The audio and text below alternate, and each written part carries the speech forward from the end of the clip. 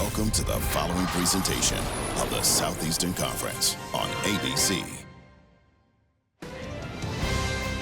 Atlanta, the college football mecca. Outside it is gray and chilly, but inside Mercedes-Benz Stadium, a collision of crimson and red. This cauldron of noise and intensity, the one and only SEC Championship on ABC, presented by Dr. Pepper and part of Dr. Pepper Championship Week. Yes, in the 12-team bracket era, diminished playoff importance, but there's still nothing like a fight for the SEC Championship between the two traditional heavyweights in this conference. To get festivities kicked off, here is PA announcer Rick Smith. Please join us now in a moment of silence. 2 days ago, former SEC Commissioner and Vanderbilt Athletics Director Roy Kramer passed away at the age of 96. A pioneering leader who helped shape modern college sports, he launched the SEC Football Championship game and was the father of the Bowl Championship Series, the foundation for today's college football playoff. A man of resolve and integrity who worked tirelessly to uplift student athletes. Today, we remember Roy Kramer.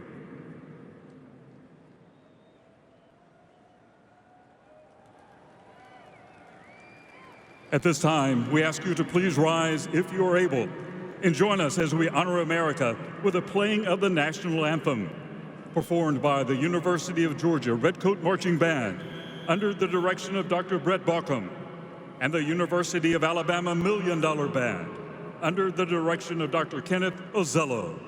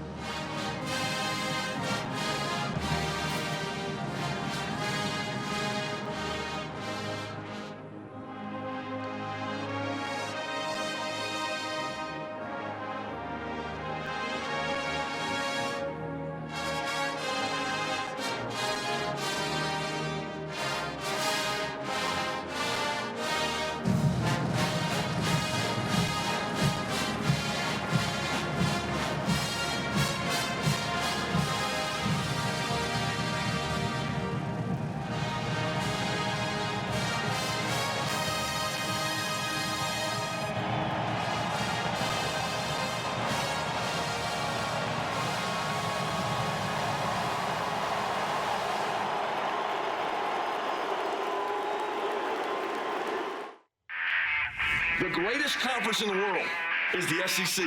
Adversity will come at some point. Give me some of that. We definitely have a lot of history. We're excited to get another shot. It's that time now. Give me some of that. If everybody is their best, nobody can stop us. Do your job right here. This is a ring game, so it means more. Let's go, man. This is what we come here to do. When the lights are brightest, we're at our best.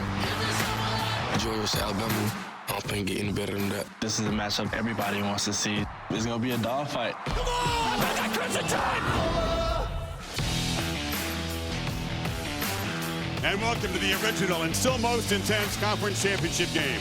This is the Coors Light kickoff from Mercedes-Benz Stadium.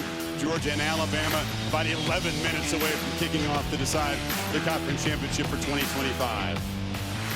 Our pleasure to bring it to you, Chris Fowler and Kirk Herbstreit. They like to say down here, it just means more. When it comes to this game, you can demand that it still means a lot, even though Georgia's a playoff lock and Alabama virtually is a playoff lock. Yeah, just talking to Coach Saban this week and even this morning on College Game Day about, Coach, this new era, the CFP. Tell me about this. He's like, this still is the game. Whether you talk to Kirby, Kalen DeBoer, all these fans in this stadium, the entire region, they point to this game still, and I can't wait to see these two brands going head-to-head. Winner might get a bye, right? That's important. Yeah. Teams are beat up. It was 10 weeks ago in Athens, Georgia. The Ty Simpson and the Crimson Tide get off to an amazing start. 2 14-play drives to build the lead here. They couldn't miss on third down. The defense came up big in the second half, and Alabama, after a disappointing season-opening loss at FSU, made a big statement. Yeah, I think this is a turning point game for Ty Simpson, for Alabama, to go into Athens against Kirby Smart and to get out of there with a win. I think it was a springboard, take a little souvenir with the hedges there. And I just think this is a confident team. I think Ty Simpson changed because of the third down execution that you mentioned. He was so decisive, so confident. And I'm going to see if he can get that going again against a defense from Georgia that is determined to slow him down and get out of his rhythm that he was in that night. Have to do it without Jam Miller, the top running back, injured in the Iron Bowl, that game-winning drive. He's a security blanket for any quarterback in pass protection. Kirk, other guys will have to step up because Georgia figures to change some things from that first matchup and be a lot more aggressive. For the Dogs and Gunnar Stockton, well, they played in this game a year ago. It's 5th straight time. And Stockton, after Carson Beck left with an elbow injury, came on and sparked his team against Texas in the second half. Took this shot that we'll never forget. This shot will live forever right here. Boom. Off goes the helmet. He goes to the sidelines. They win the game with Etienne's touchdown run in overtime. Yeah, we didn't know a whole lot about him at that point, but obviously after getting a win, that created some confidence with the team around him. They really rallied around him. And here he is getting ready tonight to get into the SEC championship game in his first year as a starter, something he's dreamt about his entire life. I'll tell you, we've had him a lot this year. It's amazing how much he's improved. He and Mike Bobo as the play caller. This offense has really evolved. Balanced attack. They want to run the football, but his ability to make plays with his legs will be essential tonight. Kirk, focus always here on the line of scrimmage, but Drew Bobo, their stalwart center, the veteran, out injured. It's been a struggle for Georgia's offensive line with continuity all season, but just when they were getting right, Bobo got hurt. Big challenge. That was the one mainstay, was him right in the middle, so him being down's a big deal. Coors Light chill performance gives you a thumbnail. Georgia has lost all 4 times they face Alabama here in the SEC championship game. They've lost 10 of 11 head-to-head, and Alabama has won 17 in a row in the city of Atlanta. All the legends, the legacy is on both sides. We cannot wait for this one. You've been watching the Coors Light Kickoff. Back in Atlanta after this short break. Kickoff closing in, the Dogs and the Tide. You're watching Dr. Pepper Championship Week.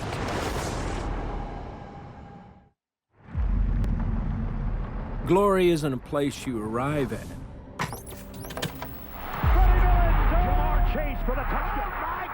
It's a road you travel. That should put the cork in the bottle.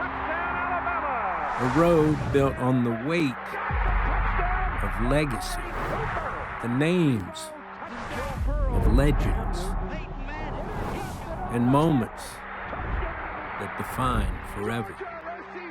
Every twist and every turn reminds you this is the toughest road in college football. These two teams find each other once again. For Alabama, this road has been traveled many times before, and now they walk it again, looking to reclaim what's theirs. For Georgia, this road isn't about arrival, it's about return. They're not here to find glory, but here to remind you who it belongs to.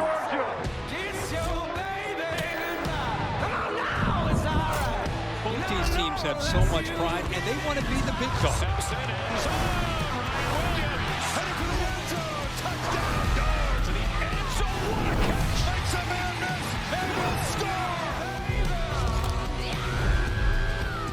The most resilient team in college football, the Georgia Bulldogs. Jeremy Bernard! How about it? It's a long road to glory, but down here, the long road, well, it's the only road worth taking. Look at this kick! Can you believe it? Touchdown, Oregon! It doesn't promise the finish line, only the chance to keep going. Welcome to the SEC Championship. Our thanks to Woody Harrelson. Now You See Me, Now You Don't is going to be in theaters now. He's right about that. It's a long road to get here. It's a punishing road. It's about the strain and the pain and the resilience, and Georgia embodies all of that stuff. Another 11-win regular season under Kirby Smart. And Ryan Williams and Jeremy Bernard, the two big play weapons. Can they light up this field tonight?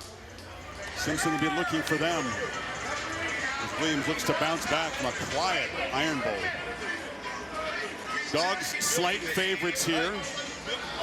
They won 8 days ago over Georgia Tech in a physical bloodbath on this field.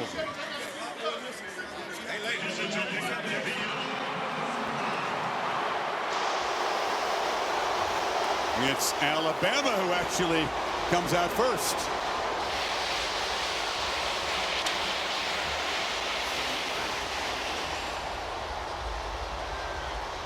Kalen DeBoer always approaches these big games with so much calm.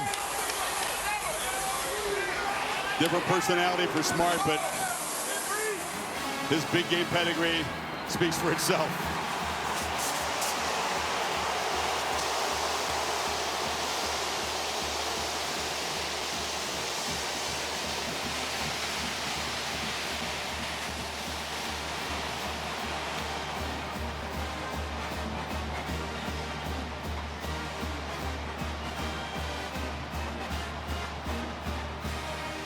As intense as the regular season is in this conference week in, week out, it reaches a different level for this championship game. Yeah, totally agree. It's a different kind of juice, different kind of energy. You could feel it around the building the last day or two, and especially now as we get ready for the coin flip and get ready to get this game started.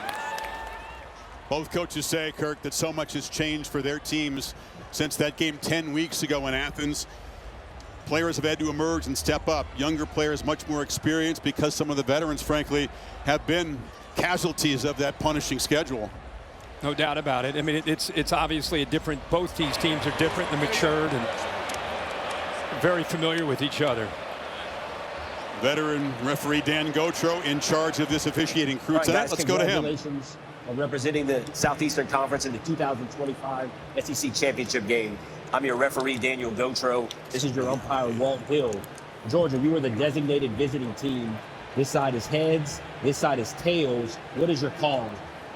The call is heads. It is tails. Which way would you like to kick? Alabama has won the toss and elected to defer their option to the second half. They will kick from the south end zone. Good luck, gentlemen.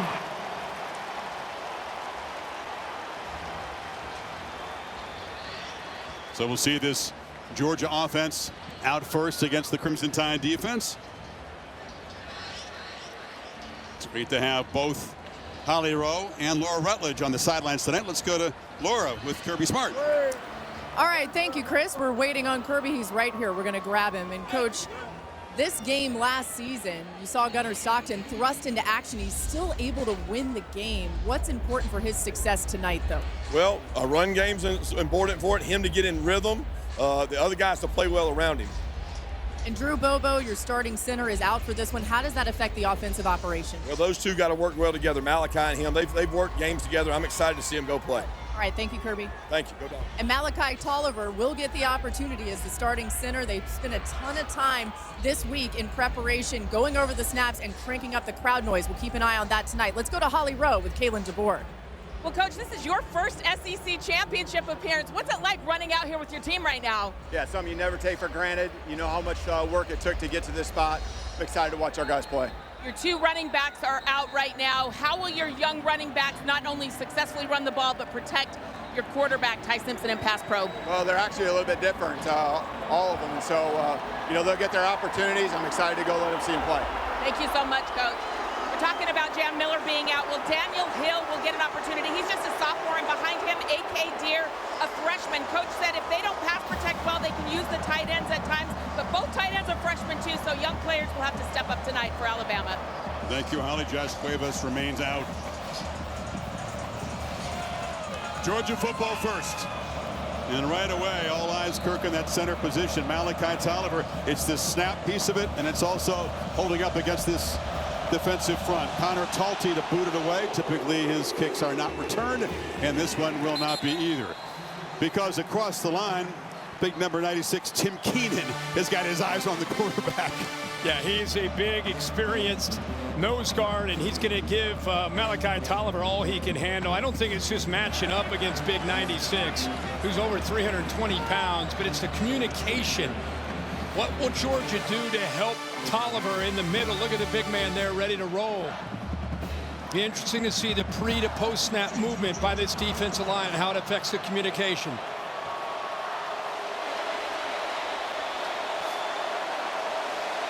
Nate Frazier is the starting tailback. Dogs will rotate. Stable of talented backs. Quick pitch to the edge. Zachariah Branch is the dominant weapon of this team, and the speedster rips off a big gain. Keon Sapp drove him out. Here's the Burger King impact players. Well, Nate Frazier established the run. Zachariah Branch on those quick screens. They want to get the ball in space, as you saw there against that blitz. Deontay Lawson, a veteran, 5 years, fifth-year senior. Really one of the glue to this defense is number 0, and then Bray Hubbard on the back end. They're going to get aggressive, try to blitz, see what they can do on Gunnar Stockton on early downs, especially first and second. Got 17 in the opening play. This is a QB run. Stockton lowers the shoulder and takes a shot after a 3-yard gain. You're going to see a mix of a lot of different looks early from Mike Bobo, the offensive coordinator, play caller from Georgia. I think one of the best in the country. Does a good job, especially early in the game. 12 personnel with 1 back, 2 backs. They'll give you a lot of different looks, see how you react, and then make his plan from there. Cash Jones, typically the 3rd down back, in on this 2nd and 7. It's Branch in motion. He's got it again on the edge. He's got some blockers, gets the outside, but the Tide do a good job stringing out. There's a flag down. Zabian Brown made the play. This is going to be on the Dogs. That's Dylan Bell in a hole. Holding offense, number 86. 10-yard penalty from the previous spot. Remains 2nd down. Intent on stretching the field with Branch early on, aren't they? Yeah, but the way they attacked him, that was Red Morgan 16 who created that. They saw Branch go in motion. They immediately responded, expecting. Look how hard he went at Dylan Bell. That all Dylan Bell could do is hold on for dear life because how aggressive 16 came up against that quick screen. We call him a prototype nickel, Morgan. He has really come on strong in that second half of the season. What a great player. Now the Dogs face the 2nd and 17. Frazier hit and dropped behind the line. Flying through was Jordan Renaud. He's got to step up big. LT Overton, the starter, can't go tonight. Well, Chris, we just talked about it. Holly talked about it. Here's Tolliver in the middle. Watch this. Movement right there. Quick movement. They kind of surprised him by slanting back, switching.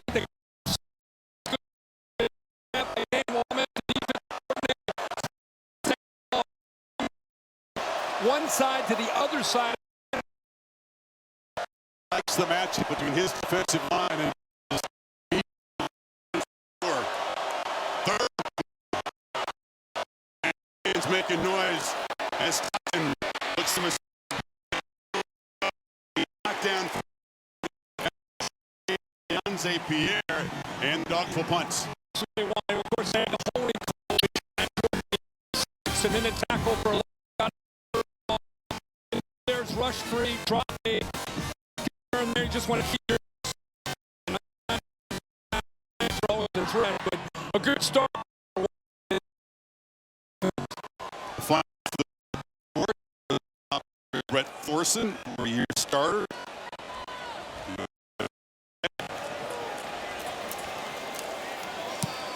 Cole Adams back for Alabama, waves for a fair catch, and the Tide will begin their first possession from the 17-yard line. Ty Simpson off that game-winning drive, the 4th down completion of the Iron Bowl, starts his first SEC championship game. Ty Simpson, the 4th-year junior from Martin, Tennessee, did this against the Dogs 10 weeks ago. Despite a lack of explosives, Kirk, 24 of 38, 276, also had a 2-yard touchdown run, which provided winning points. Yeah, he was just in his zone, seeing the coverage very well. Again, when his eyes and feet are aligned, he is dangerously accurate, and that's what Georgia wants to affect. Will they be more aggressive at the start of the game than they were in that first meeting? Handoff up the middle, and that is Daniel Hill who's going to have to step up. He's a physical pounder with, again, Jam Miller out, Burger King impact players. He's 245 pounds as a back trying to get downhill. They'll try to get as much as they can in that running game. Jeremy Bernard is healthier. 5, keep an eye on him. They'll move him all over the place. C.J. Allen, what a career. Just there's always that middle linebacker that's the enforcer. That's number 3. And then Dalen Everett, veteran 3-year starter, is going to have to hold up on islands when they play man-to-man. Lots of shifting on Alabama's side. Georgia reacting to it. Typical chess match when these teams collide. Bernard comes in motion. And again, they test the middle of that Dogs defense, and Hill plows forward. It'll be 3rd and about 2. Glenn Schumann is the defensive coordinator. His team's really been playing well the last 3 games especially, and Ryan Grubb is a play caller extraordinaire. Yeah, he's outstanding. Came back from the NFL, the Seahawks, for a year to join Kalen DeBoer. Glenn Schumann, you're right, Chris. This defense feels different than the last time we had them against Texas. I just feel like they're still maturing, getting more confident up front, able to stop the run, and they're rushing the quarterback a lot better the last 4 or 5 weeks. Here we go, Alabama on 3rd down. This was the story of the first meeting. They need just 3.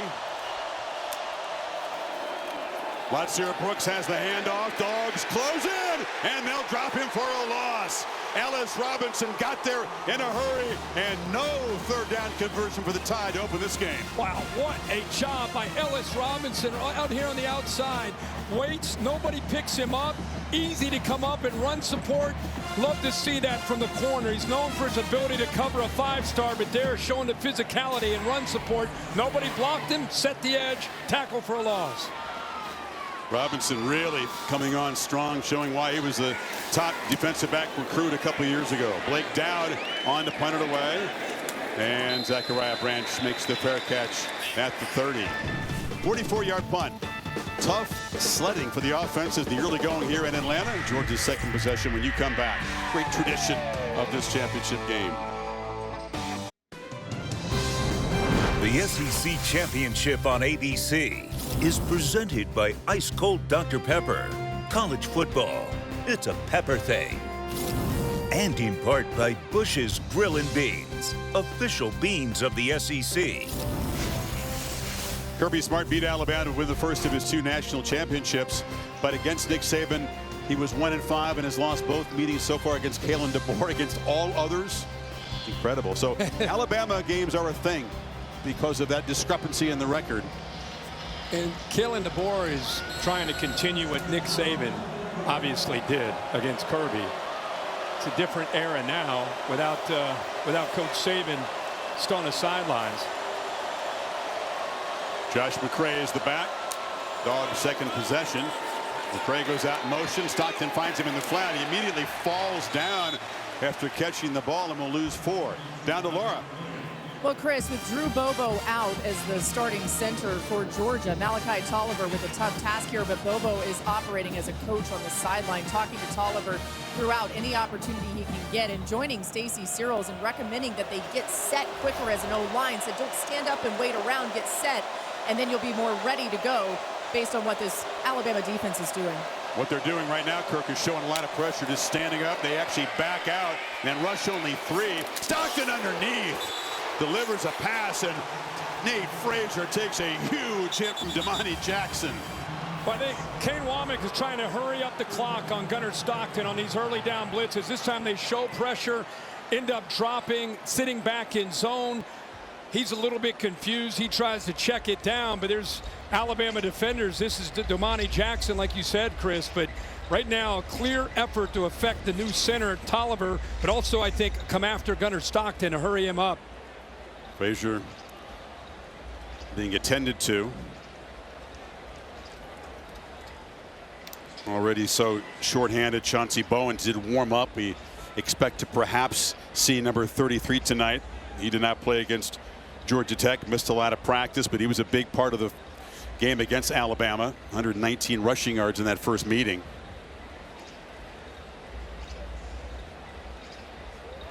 Frazier, though, far and away the leading rusher. Yeah, especially football team. Second half of the season, he's kind of become the workhorse, especially with Bowen's last few weeks dinged up. A big shot to the midsection delivered by Damani Jackson, a guy who's perhaps extra inspired tonight because he was burned in the first game against Georgia. He got beaten deep by Colby Young. He also was out of place on a couple of runs and really did not play well at all at corner for Alabama in that first game. That's right. And Frazier is up, walking off. Maybe got the wind knocked out of him.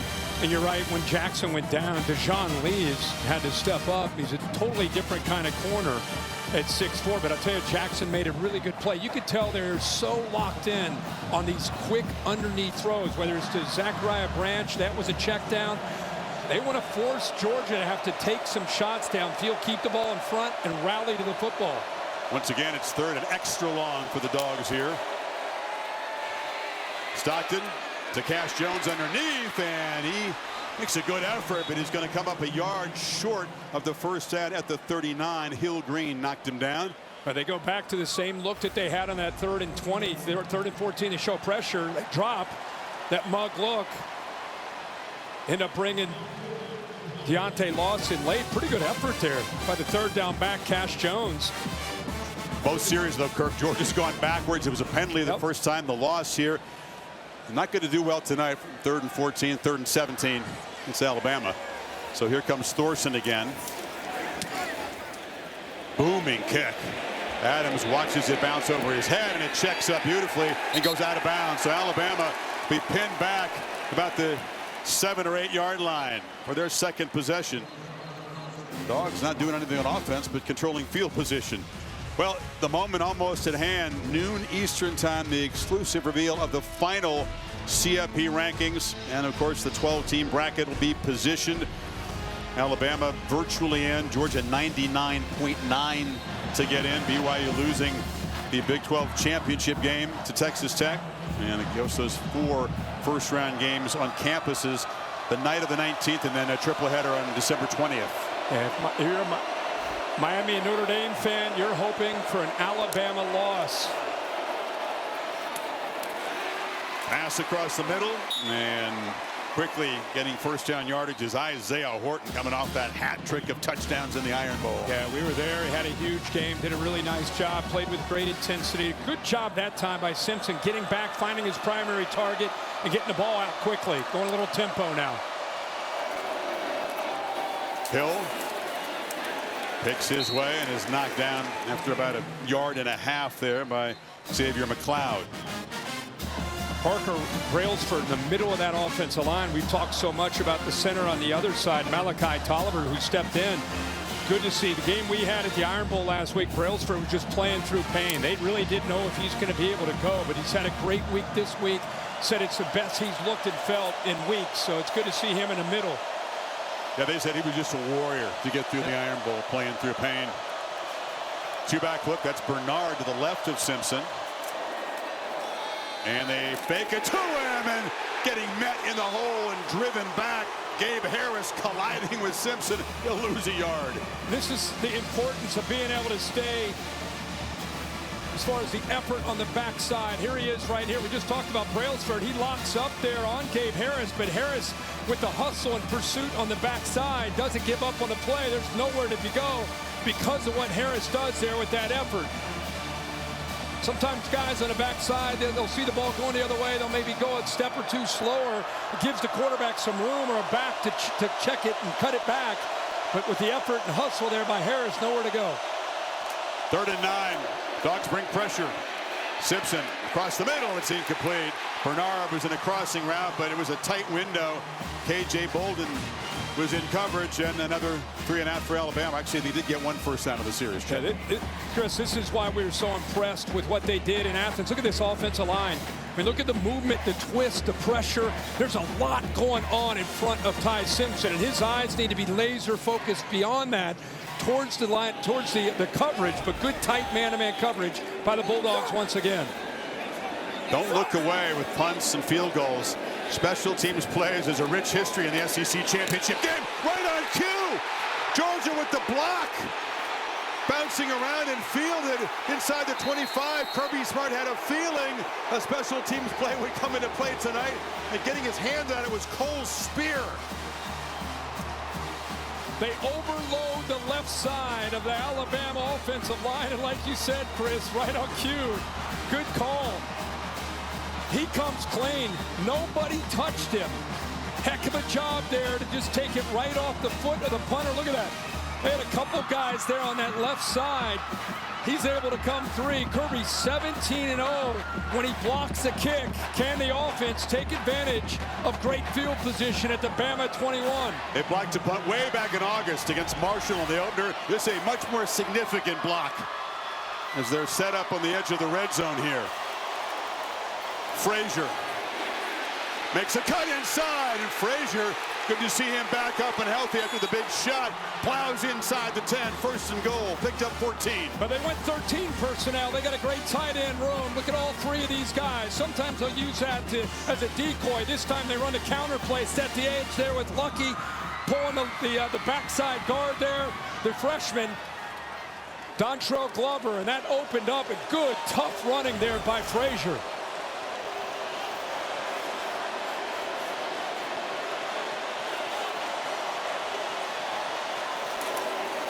Frazier again. Deep handoff and penetrating quickly off the corner was Xavier Brown. Met him for a short loss.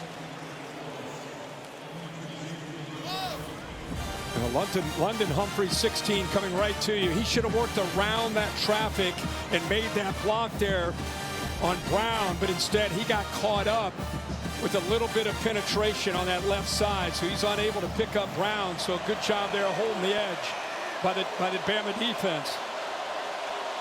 First one of the situational red zone trips tonight. She'll be so decisive. Bell takes the handoff, fights down near the goal line. He'll be knocked down a yard short. The versatile ex-South Carolina Gamecock. Had kind of a quiet year. Yeah, he really has, Chris. He's a running back that plays receiver. It's a power read. Depending on the look, the quarterback can pull that and get underneath behind the backside guard pulling, or you give it. Here he gives it to Bell with that read and got him close. Now it's 3rd and goal.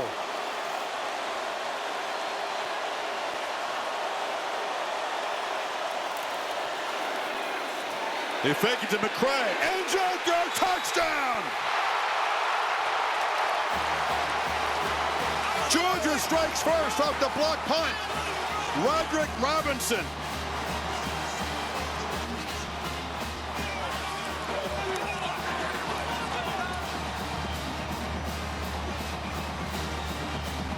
And I talk about Mike Bobo quite a bit and some of the play calling and the looks that he gives you. The fullback, he's really a running back lined up as a fullback, lost his footing initially, but with that 13 personnel, 3rd and goal at the 1, Bobo gives him a look. Look how fired up he is after that call. He gave him a look as a run, play action, boot the athletic gunner Stockton around the edge and find the open back out of the backfield.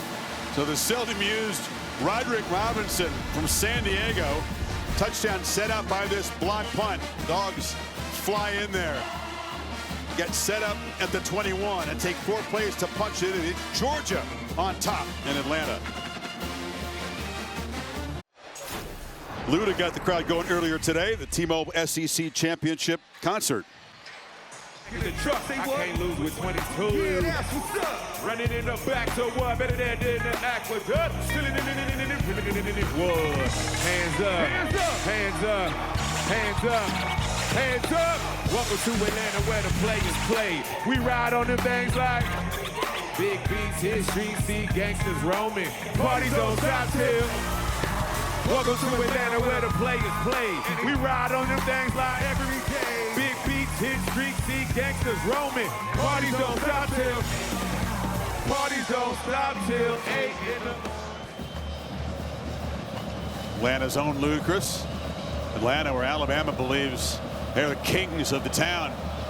17 straight wins here, but down 7 early as Georgia gets the block punt, and the first career reception for Roderick Robinson is a 1-yard touchdown. Here's Cole Spira, guy who's kind of a special teams specialist. Yeah. I mean, a couple guys you just don't see a lot of times making plays, but what an effort there. But look at this. Robinson has 12 snaps all year. They line him. He's a running back lined up as a fullback. Completely surprises the Alabama defense that he's in the game and lined up at fullback of all spots, and he's able to sneak out virtually unnoticed. They're out into the flat. So another brilliant call by Mike Bobo, and they get their first touchdown off of that punt. One of the guys having to step up with Miller out is A.K. Deere, number 0, the true freshman tailback. He's got the ball, and Deere, who's a freshman out of Mississippi, met by Raylan Wilson. Short gain. It's interesting to watch them trying to establish the run. You know, I mean, that has not been a strength of theirs all year. They 70% of the time they throw the football. They're a team that'll just kind of remind you that their run game is there. But with your top 2 backs down, especially Jam Miller, here early, they're trying to establish it into the interior with the, trying to win that line of scrimmage. Tough to do against Georgia. Simpson has a clean pocket. Hill underneath. Spun down immediately. Short gain of 4. And tackle made by Chris Cole. Another 3rd down for the Tide coming up. They'll need 4. They're rotating Cole in there. Remember, C.J. Allen's been in and out. He's coming back onto the field now. I think that's the difference with Georgia from where they were early in the year when they played Alabama to now. More depth at the linebacker spots, more depth up front, able to rotate and not drop off as much. See if Glenn Schumann dials up some pressure here on this 3rd down.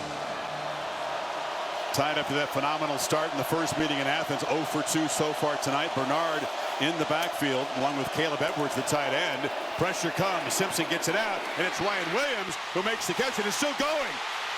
Number 2 is loose and will just tap dance out of bounds in Georgia territory. He caught the ball in traffic and evaded the tackle of Danilo Jones. Big gain. But we wondered last week where he is. In this time, you see how they use that motion. Now you create a favorable matchup. You give him to the inside there against Jones. This is what he does. It's the yards after the catch. Great route. Little whirly route back to the inside, then back outside, and then even though he's not the biggest guy, about 178 pounds, boy, is he lethal with the ball in his hands. Georgia fans don't want to see Williams catching the ball and spinning. That's what created that touchdown a year ago that beat him in the regular season.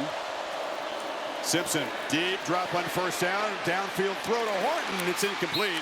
Went up high to get it. He was well defended by Ellis Robinson. Boy, Ellis Robinson, we saw that big play he made in run support. This is really what he's known for. Wondering if he got a hand on his football. He kind of worked through it. I think that just kind of came off of Horton's hands.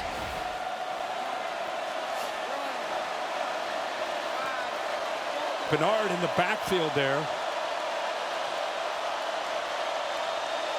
Wasn't able to play a huge role in the Iron Bowl, but has gotten much healthier in the ensuing week.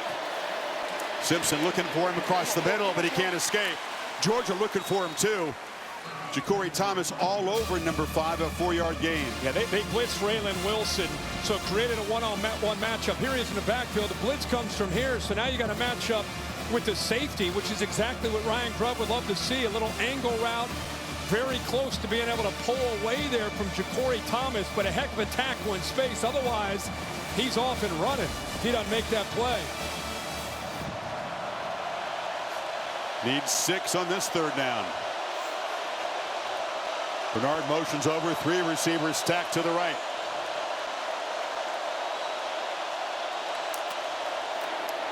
Simpson looking that direction, now back across the middle, high throw, intercepted. Picked off. Dalen Everett for the Dogs with a stiff arm. Takes it back into Alabama territory. A flag down at the end of the play. But the Dogs were the first takeaway. Looked like K.J. Bolden may have gotten a piece of that. Or typically you see a blitz, you think man to man, but here he is out here on the outside. Just kind of sits back, reading the quarterback's eyes. As that ball comes out, I think it got out clean. I think it just came off the fingertips there, like you said, a Horton. Return team. The 15-yard penalty will be enforced from the spot of the foul. 1st down, Georgia. It comes off of Horton. Yeah, I guess you're right. He did. K.J. Bolden did get a fingertip on that. But the throw was off target anyway. It was behind him. And a heck of an effort. What a job by Dylan Everett to be able to catch that football. So the savage pads go to Dalen Everett. had a couple picks, remember, against Texas in the SEC championship game a year ago.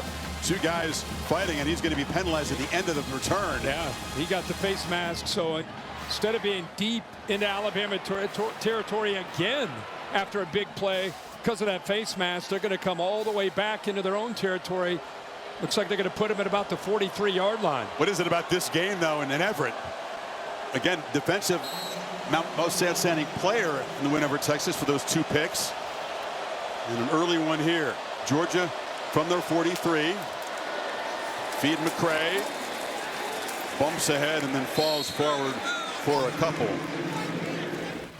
And Georgia's defense came up huge against Texas a year ago. Boy, he's been such a good player for so many years in Athens. Has great size, 6'1", 190. You're right. They tested him, it didn't work. Yeah, that's why we made him one of the impact players tonight. He just seems to step up. When the lights get their brightest, 6 out of the edge, plays so well. Fake it to McCray. Stockton now flips it short to Oscar Delp, and the tight end lowers his head. Takes a shot after a 5-yard gain from Justin Jefferson. 3rd and 3, final minute of this first quarter. These kind of turn of events, Bama's defense put in some very tough situations. Tempo Kirk here on 3rd down. Delp out there on the edge, and Stockton diving, and it's a first down. So Stockton with the short scrambles can just frustrate a defense, and the Dogs at Bama territory as we'll begin the second quarter with Georgia up 7-0. And whether it's design run or just there creating with the scramble, you know, that's what they do a good job of. And I think Gunnar Stockton that time, he just felt it, saw that the linebackers cleared out, knew that he could get the first down and didn't hesitate, took the yards while he could get them. So a block punt sets up a short touchdown drive. And then the first takeaway of this game has Georgia in business in Bama territory beginning the second quarter. Back after this message, and we're from your local ABC station. You're watching the SEC Championship on ABC.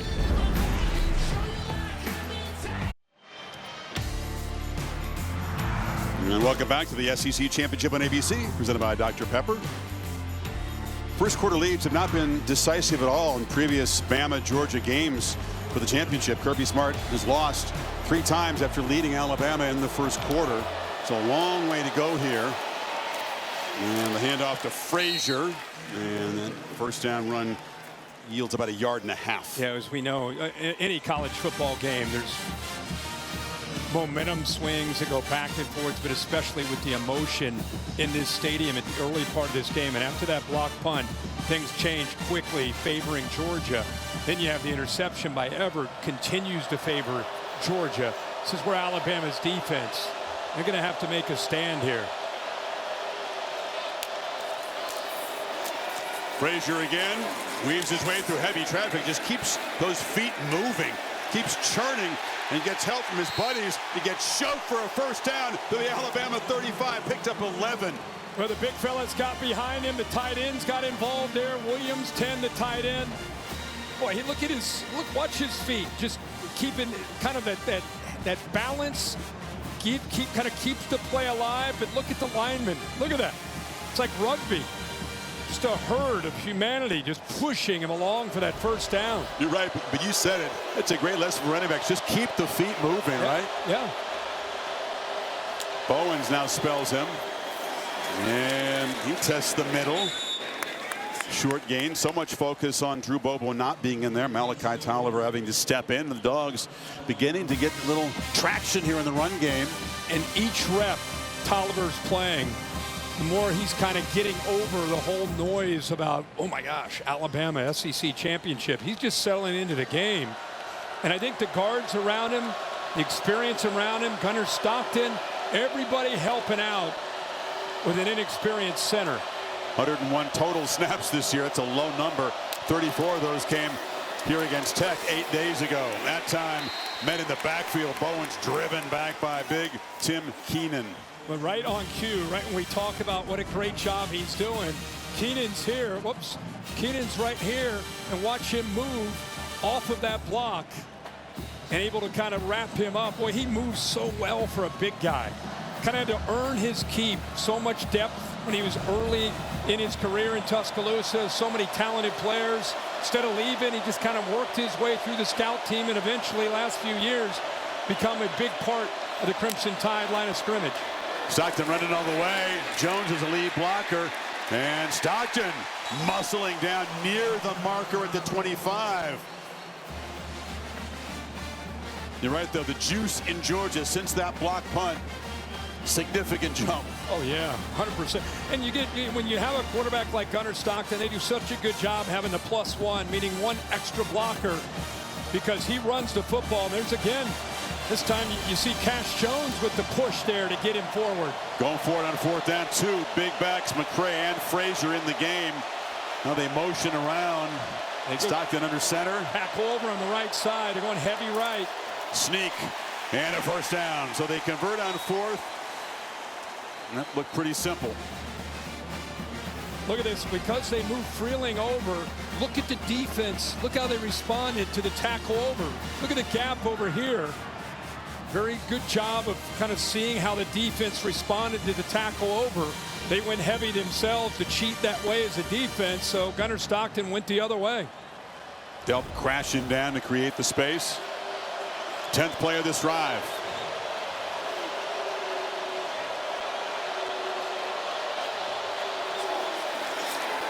Gunnar on the move, flips it short. Ooh, taking a big shot again was Nate Frazier. Yanze Pierre delivered a shot, and again on a pass reception. Number 3 taking the lumber. What? Think about Pierre. This team is desperate for a pass rusher. He kind of emerges throughout the years. They're by far their best pass rusher. And now you see his versatility. You drop him, he shows pressure, then you drop him out in the flat. He's able to make a play out in space like that. Frazier can take a punch, we know that. From the pocket, deliver, Bell. Down the middle, Dylan Bell stretches to the 4. Dogs on the doorstep. Well, we just talked about Pierre and what a great pass rusher he is. He's right here lined up as a backer.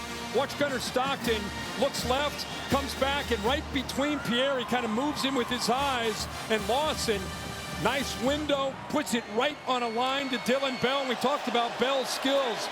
He can run after the catch, does a great job there inside the 5. Dogs with 3 tight ends. Alabama making late changes in personnel for this 1st and goal play.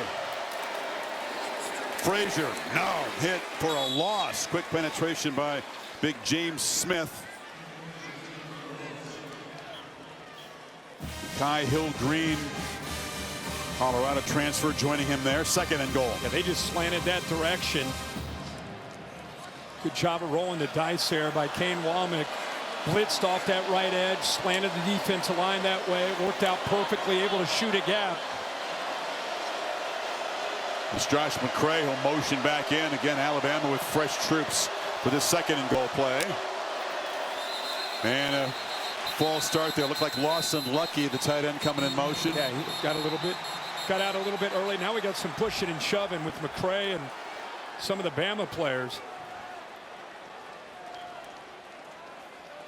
False start. Offense, number 71. 5-yard penalty. Remains 2nd play. Well, they flag Ernest Green. It was on the right side, 71 and 7. Kind of get out a little bit early there.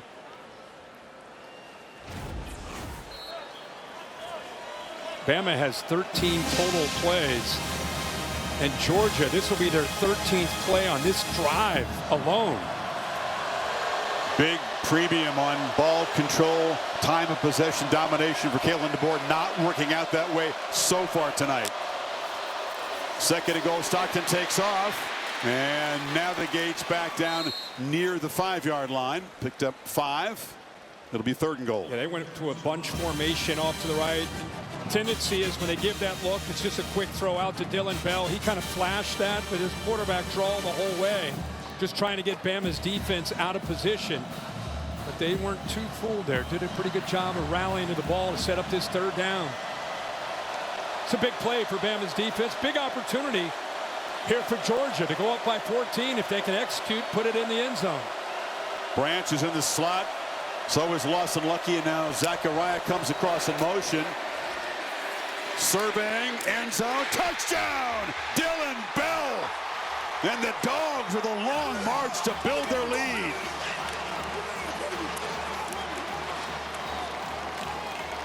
Dylan Bell, a big part of that drive. Boy, they got a matchup that they love to see.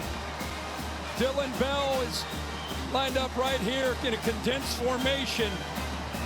And he's got a two-way because of where he's lined up. He's lined up against a safety, go left or right. Gives him just enough of a head fake there at the top of that route. Works to the inside. And how about the accurate throw by Gunnar Stockton? Talked about the quiet year for Bell. Just one regular season touchdown and 23 catches. Had 2 big catches on that drive, the 19-yarder and then the touchdown pass, all set up by the interception by Dalen Everett. So Ty Simpson, not nearly the efficient start that he had in the first meeting between the Dogs. Now they have to come from 2 touchdowns behind midway second quarter.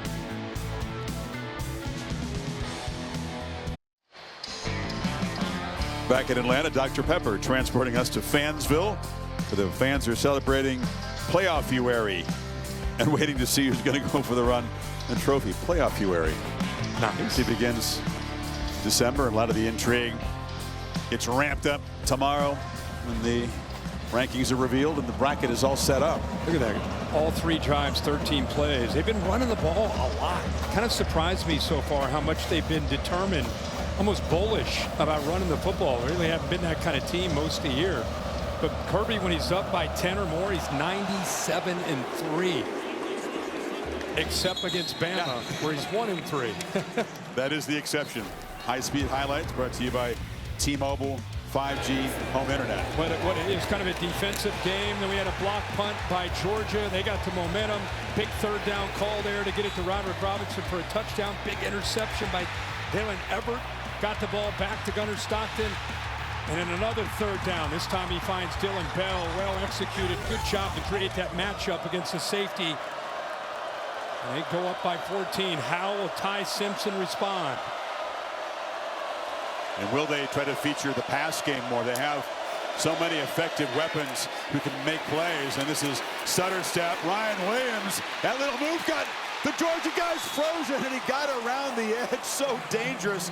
Missed tackle by Danilo Jones. Another chunk play, 21. Yeah, I think you look at him on film and you think he's quick, and then you get out in the field with him and you lose your edge. Here he is right there in good position. Boom, he has that little stutter and he gets around him. Jones, by the way, is a great player, but he went right around him. I think they're going to see if he stepped out of bounds. You see Kirby at the top of the screen kind of pointing that he stepped out of bounds. Yeah, Kirby's pointing at a spot maybe back 10 inside yards. the 40. Yeah. The previous play is under video review where the runner stepped out of bounds. Obviously, Williams is so twitchy. He's also got the long arms, and he can be hard to corral. He's effective with the stiff arm. Let's see again where that foot went out on the paint.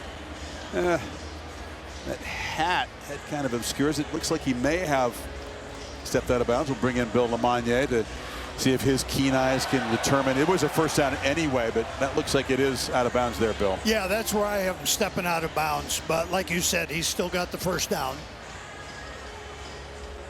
We thought number 2 might be ready for a big performance. He's not a guy that goes in and complains about not being targeted at all in the Iron Bowl, which is incredible that he wasn't.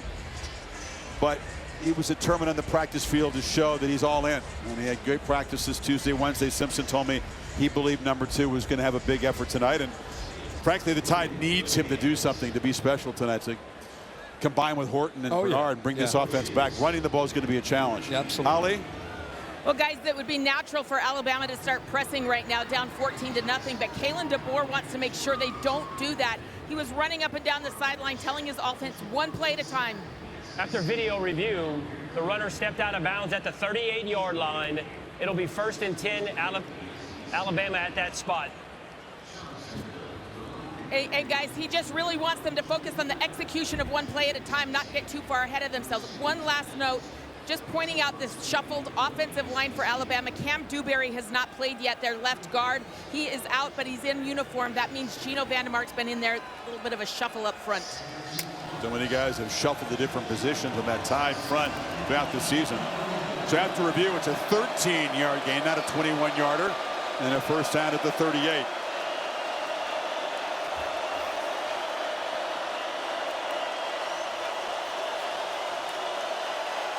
Two on the play clock.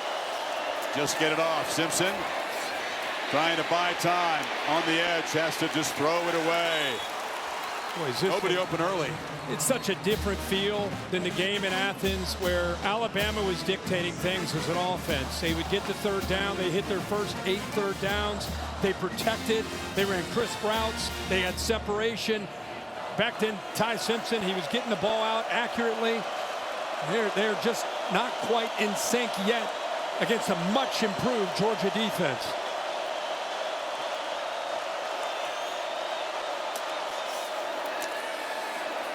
Simpson batted down to the line. Reaching up and swatting that away was Quintavious Johnson.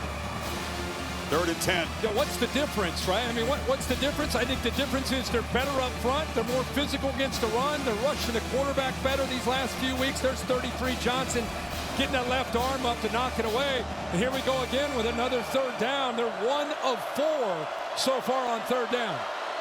After starting 8 for 8 in that first meeting we talked about. Right.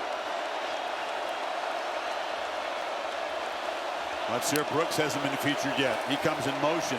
Simpson looking that way. A long throw. It's over the head of Brooks, who was well covered anyway. Pressure effective to throw one more time. Bama's going to punt one more time.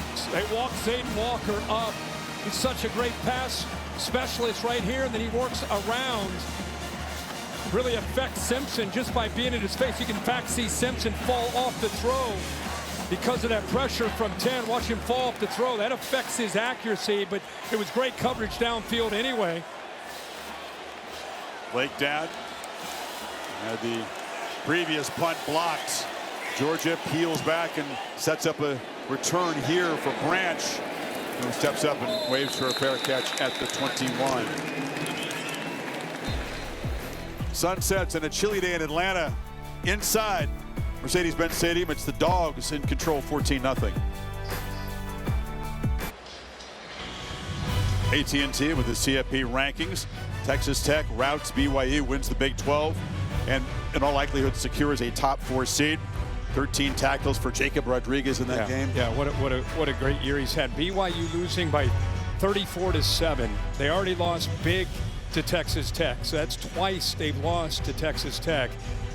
And I think even though it's a bonus game for them, I think the committee set themselves up for the BYU potentially getting beat like that to slide underneath Miami, which should be interesting tomorrow to have Miami and Notre Dame. But I think they could be side by side, which is what Miami fans have been crying for them to become head-to-head. The writing was on the wall, in my opinion, when Tuesday night's rankings came out. And now we'll wait to see what happens tomorrow. Bell on the handoff, and Dylan Bell, dangerous, found a crease, burst forward for 12 and a first down. Yeah, Bama loses the edge there. I mean, again, when you're prepping for Georgia, you know on early downs that they're going to run the ball out in the perimeter, and they're going to throw the quick screen out in the perimeter. They give you that look. There's just nobody out there on that edge of the defense. They lost the edge. Easy yardage that time for Bell. Georgia, 3 tight ends in the game. Stockton from the pocket, checks it down. Frazier going to be spun down by Damani Jackson after a short gain. Picked up 2. Lawson Lucky is so important. These guys as receivers, as run blockers. First of all, nobody recruits and develops tight end like Georgia does in college football, right? There's 6 of them in the NFL. I agree. Yeah, 2025, Notre Dame's done a great job over the years, but right now with what they've done, the players they have, as you said, currently in the NFL, the depth that they have in this room, this could be the best tight end room, I think, in college football this year. They use them all. Haven't seen Elias Williams, the super talented freshman, get involved yet. Catch on the edge. It's Jacoby White-Helton. Just his 7th catch of the season. Picked up a couple. Will set up third down. See, again, there's the ball. Quick. They just try to stretch you. Make sure you honor and respect that edge out there, the horizontal edge to your defense. Look at the difference between making his tackle right there and not. That's about another 4 yards. That was Red Morgan coming in quickly. That would be a 3rd and 10, and instead it's 3rd and 6. Alabama trying to get off the field, trying to reclaim some momentum. Georgia has owned that. Bama's showing pressure with their backer, especially on that right side. Bunch of Tide players leaning forward. A lot of them back out. Stockton throws downfield, and maybe he was confused by that look. Zachariah Branch was on the route, but a miscommunication there. Chris, I think they affected his rhythm and his confidence. They walked up 7, maybe 8 guys. Look at that. All those crimson jerseys. And then you're right, they back out. You could see even on his follow through, he did not feel comfortable. Didn't have his base underneath him. Ball sailed on him.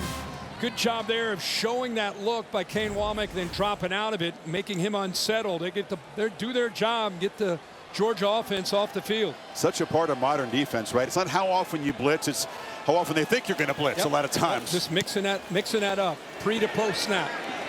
High boot by Thorson, and fair catch made by Adams at the 24. So Bama's defense gets a stop. Now can Simpson in this offense with 5:24 before halftime get something going? Who's going to be on target at halftime in those Dr. Pepper cans?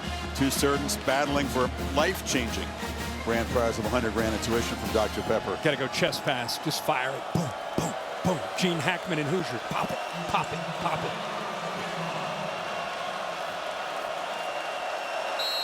I don't know about chest pass, but Tyson's trying to get the forward pass going here. It's been a struggle for Alabama. Have not been able to run it well without Jam Miller. Would have been hard with him. And the Dogs' aggressiveness is troubling the quarterback. First down, they test the middle. A.K. Deere knocked down after about 2 yards. They continue to try to run the ball. Keep in mind, one thing Georgia likes to do, they like to keep Bolden 4 and Thomas 20 back as much as they can, especially in obvious passing situations. So if you have a too high safety look, what do you do against that? You got to run the football. Got to run the football into that look, or you got to hit the underneath pass and the crossing routes and get yards after the catch. See, they got 2 safeties back again. Tough to throw the ball downfield with that look. Williams in motion, has the handoff. Spin move. Ryan Williams still eludes people. He's got to jump in his step even more so than usual tonight. He's so dangerous. We saw that last year a lot. There's a great spin move there. It's still going to be short of the first down. They need to get something going here. Their first game of the season, 0 points in their first 4 drives. A punt, blocked punt, interception, another punt. Only need 2 on this 3rd down. Feels important. Oh, it's a low throw. Daniel Hill was out there. You want to make it a much more accurate throw when it's a running back in the pattern. Simpson knows that one's on him. I think that anytime you see an easy throw like that low, quarterback short arms, he's just aiming the football. Instead of just getting back there, if he threw that 100 times, he could almost throw that with his eyes closed. But when you're forcing things and you're trying to be perfect, you start aiming. And I think that's what got him there on that 3rd and short. If he puts that on the money, it's an easy first down. Laura said, Kalen was telling his team, don't force it, don't force it. There's an example, Kirk, of pressing what you're talking about. It was an easy opportunity to get the drive going. Instead, Georgia has 3:59 to work with before halftime. 10 a.m. Eastern tomorrow, Sunday NFL countdown, and then Monday Night Football. Eagles with all those former Georgia Bulldogs and the Chargers, ESPN2 and Disney Plus, and the Monsters Football Fun Day version of the game. Monsters Inc. World. You part of that? No, sir. No, sir, I'm not. Bama deferred, and they get the ball to start the second half as we get under the 4-minute mark. Georgia would love to build on this lead before then. Branch, tunnel screen, breaks free. Zachariah Branch, much like Williams on the other side, once he gets a couple steps, it's hold your breath. Rousseau got him down, but it's a first down. Yeah, you know, Ryan Williams is quick, but he's a different kind of quick. Zachariah Branch is low center of gravity, really physical to go along with the quickness. So Been seeing this all year, the SC transfer. Look at that acceleration. You got to swarm to the ball, leverage the football the best you can against him. Bell on the perimeter, one-on-one, and wrestled down. Good tackle by Damani Jackson in the open field, but he picks up 8. And Chris, go back to the throw by Simpson. This is just another simple throw, but when you throw it out in front, you get yards after the catch. And that's what we've seen with Gunnar Stockton so far early part of this game. Give it your receivers a chance to make a play. Frazier muscles for a first down to the 40. Yeah, this is all about the SEC championship, but if I'm a Notre Dame or a Miami fan, I'm sitting here pulling for Georgia to just keep rolling along. Make this as big and as bad as you can for Alabama, because that could potentially open the door for Miami and Notre Dame if Bama were to get blown out here by Georgia. That was the conversation, that they need to win, and if they do lose, by how many would it give the committee second pause? They're 9th in the rankings, Alabama, coming into this. Bowens slams forward. I'm not suggesting they are going to get blown out, but I just know that there's so much. Would Bama get punished? In my opinion, Bama went to Athens and beat them there. Yeah. So it would have to get really ugly for them to be punished for losing a game. They have to play a bonus round game. 2-minute timeout. We'll talk more about that. These games are interconnected, and the subplots are plentiful on Championship Saturday. Dogs on the move, up by 2 scores.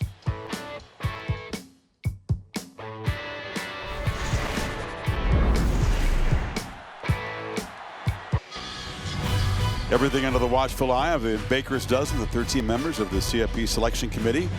Watching in Greater Dallas, Grapevine on the hotel there. A lot of experience in that room. And, yeah, you know, you can win and reverse or remove all doubt if you're Alabama. If you lose, you may have to sweat. Stockton on the move.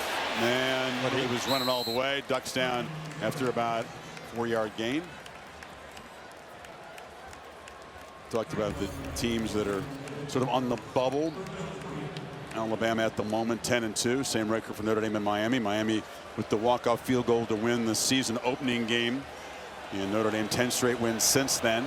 Yeah, Bama, the one thing that doesn't show that they beat 4 ranked teams in a row, not just the best win at Georgia, but I think it's the amount of good wins that they have that is probably the best thing on their resume. It's better than anybody else at this point. So they just need to show a pulse here and start competing and get back into this game. Bowens is dragged down. It's not easy to tackle him in the open field, and that was a nice play by Justin Hill to drag him down short of the marker. Yeah, he's right on the inside right here, and then he works out.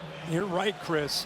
What a tough ask of him to be able to make this play without even making a horse collar, because he's chasing him down from behind.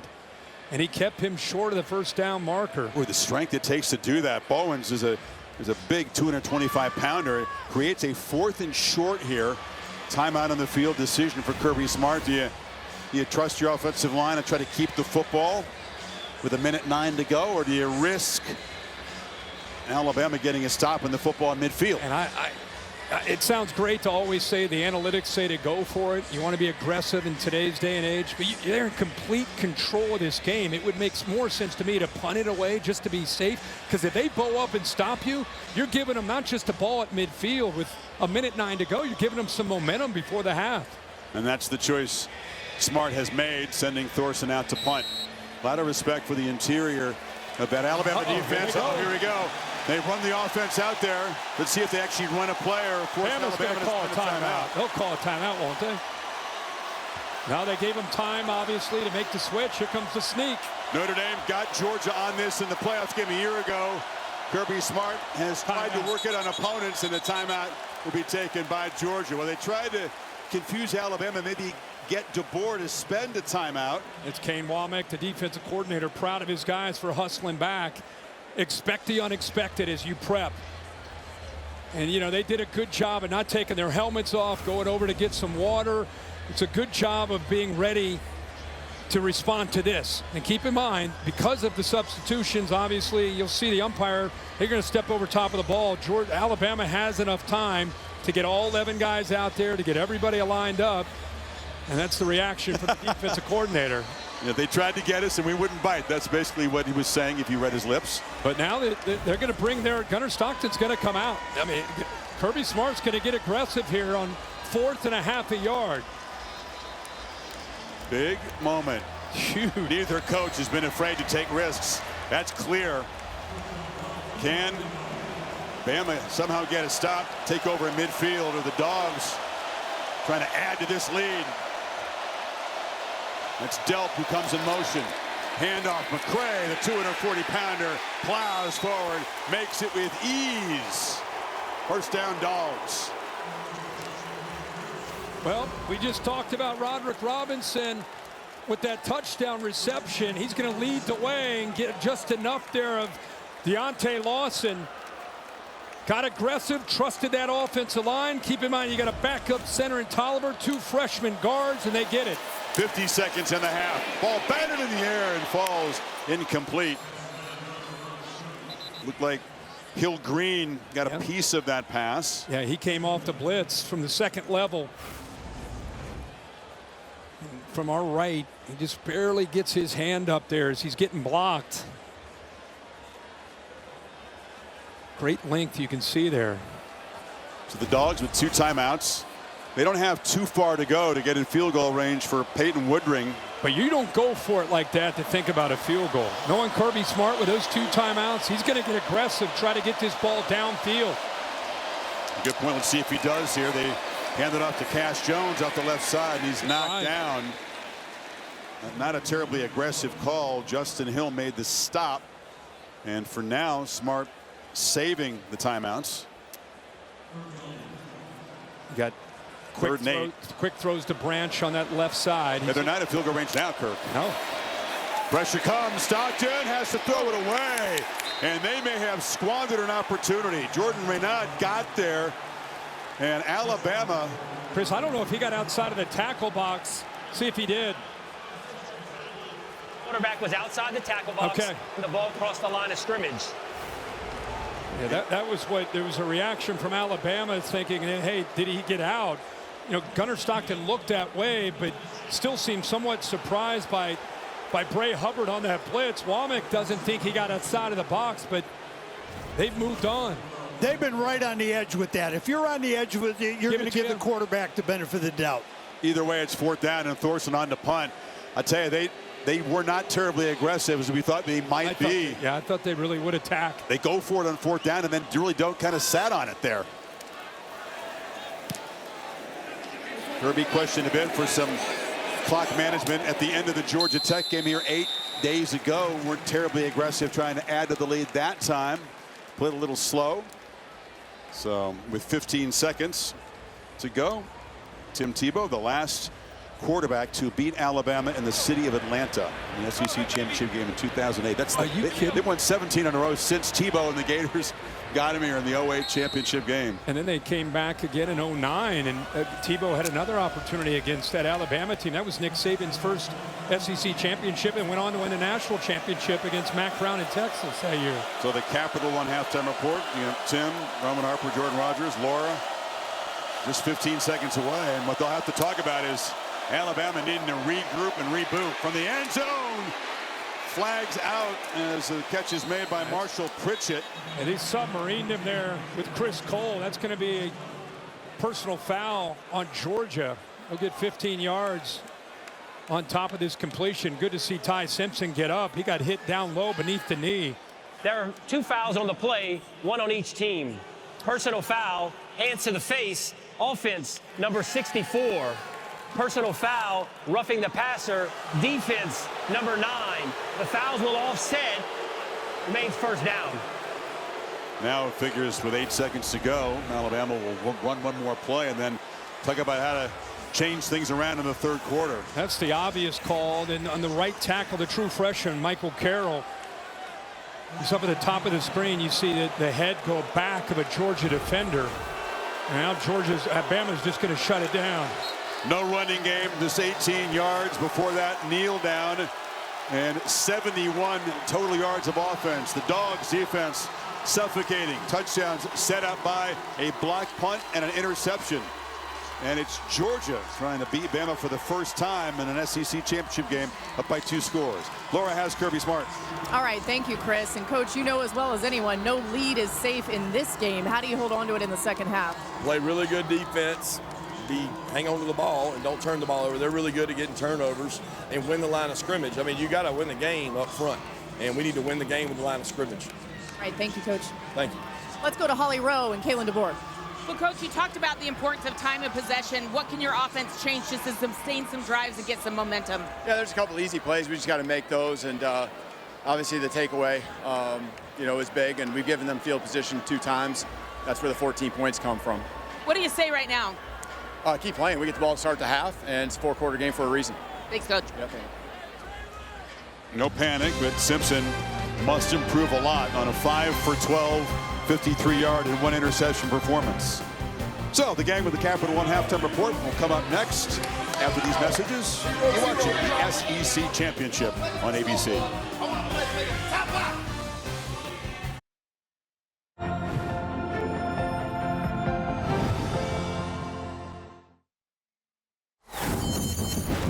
You're watching Dr. Pepper Championship Week.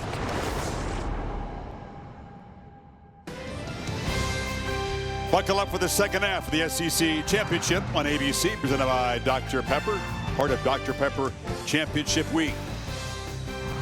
Dogs up 14-0, but no lead has been safe in this head-to-head, and Kirby Smart knows that very well. Against Alabama, when leading at half, he's 0-3, and that includes the national championship game in this building when the Dogs were dominant, led 13-0. Remember, before Nick Saban made the quarterback change, bringing on Tua Tagovailoa, came back and won it in overtime. The IHG Hotels and Resorts first half stats brought to you, and this is a similar stat line for Alabama's offense as that championship game years ago. When they made a switch. Yeah. Obviously not going to do that tonight, but they do got to get their passing game going. They tried to run the ball, averaging 1.9 yards a carry. They've got to obviously, at this point, down 14. This is where they're going to have to rely not just on Ty Simpson, but the offensive line to do their job, and more importantly, the receivers. They're not getting separation. They're not getting open. Ty's back there holding the ball often, but to think Jeremy Bernard would only have 1 reception for 4 yards in the first half. Their most versatile weapon, no parts so far. But Georgia's defense now in the last 14 quarters has allowed a total of 22 points. That includes games against Texas and Georgia Tech, which have been lighting it up on offense, and of course the first half here against the Crimson Tide offense. Yeah, this has been an offense just trying to find an identity in the first half. By the way, a lot of this has to do with good Georgia defense. Bolden there with a fingertip touch.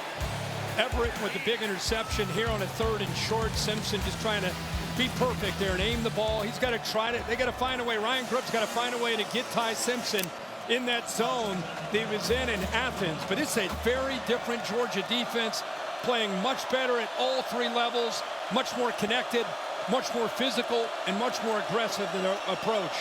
See if they can finish the job. Play fake on first down. Simpson on the move. He's got Latsier Brooks. I mean, look at that. Talented wide receiver, but nowhere to run as Rashawn Dinkins ran him out. I mean, there's just nowhere to go. And again, Jenkins wasn't the guy we talked a whole lot about, the last time these teams got together. That time he's in right now. He's kind of that nickel. They've got some injuries at that spot with Aguero down. Aguero not really healthy with him as a club, so showing the depth, right in position, no yards after the catch. Big goal of Georgia today. Saw Ryan Grubb so often he can look 1 step ahead of the D coordinator as a play caller. He was at times in the first meeting, not tonight. Simpson backs up, pressured, retreating way back inside the 10 and just launching on the sidelines, incomplete. Ran out of time, Kirk, and then really ran backwards, at least avoided a monstrous sack. Yeah, they brought a couple blitzers here and here with just Thomas, the safety coming from that 3rd level. Good job of being picked up, but you can see it on the left side there.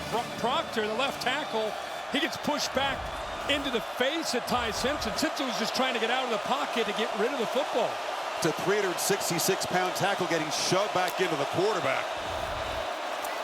Third down has been a problem. It's a problem here. Simpson's going to be sacked. Ja'Cory Thomas, safety blitz. The Dogs defense starts the third quarter the way they started the game. I mean, Glenn Schumann and Kirby Smart, boy, they have a plan. They show blitz here, they drop. They end up coming from both these same blitzers as the previous play. Wilson, the linebacker, Thomas, the safety, just don't quite have the numbers to be able to pick it up. And a heck of a job there by Georgia. Boy, just setting the tone to this second half with a 3-and-out. This defensive resurgence, not unexpected because of the brilliance of Smart and Glenn Schumann, but this was a team that was diced up by Tennessee, Ole Miss, Alabama in the first game, and has been suffocating. Zachariah Branch has room to run. Branch dives down near the Alabama 40. And Georgia set up in beautiful position after the sack and the punt.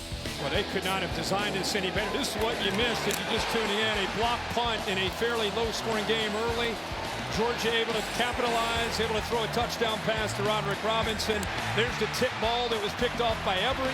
They turned that one into a touchdown, so they're up 14.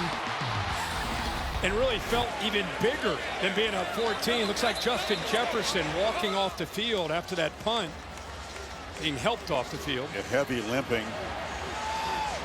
Important part of the linebacking core plays special teams, and now again, it feels like Alabama's defense is up against it to avoid going down 3 scores. Totally agree.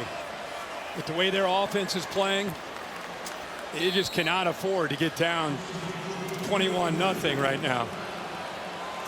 24-yard return by the electric Mr. Branch. Frazier. Short gain. Does Georgia look like a football team that you want to see placed across the bracket from your favorite team when it comes out tomorrow? No. I mean, are you kidding me? No, the way they're playing D right now. Hey, that's a credit to Kirby Smart, Glenn Schumann, the entire offensive and defensive staff.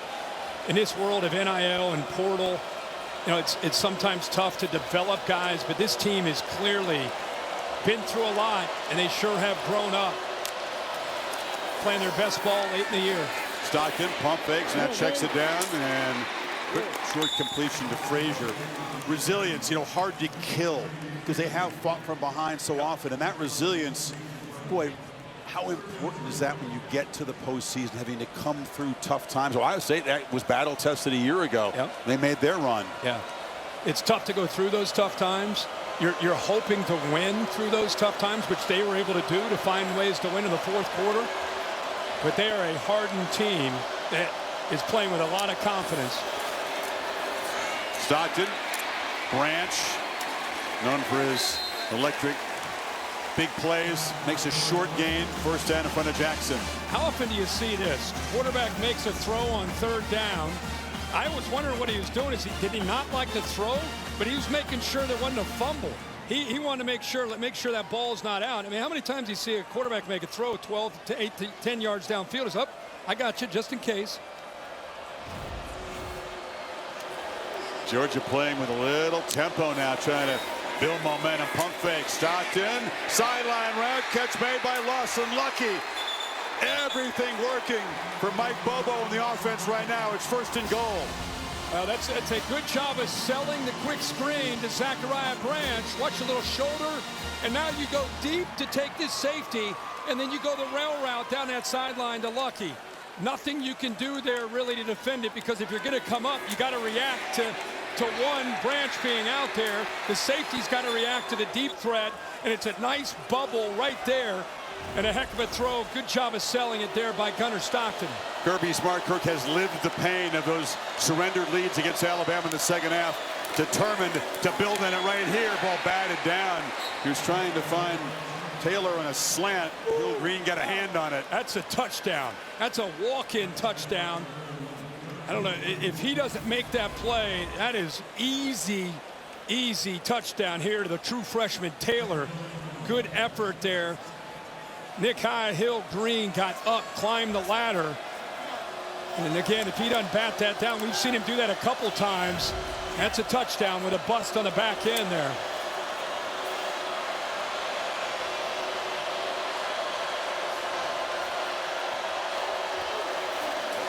Frazier on second and goal.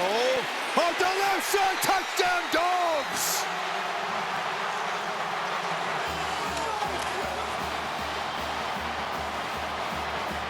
Perfect start to the second half for Georgia. Set, force a punt, short field, punch it in.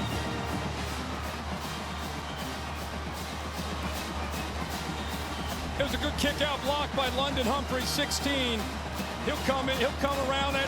But look at the two tight ends on the play side, both Lawson Lucky and Oscar Delp. They kind of sealed the edge to the inside.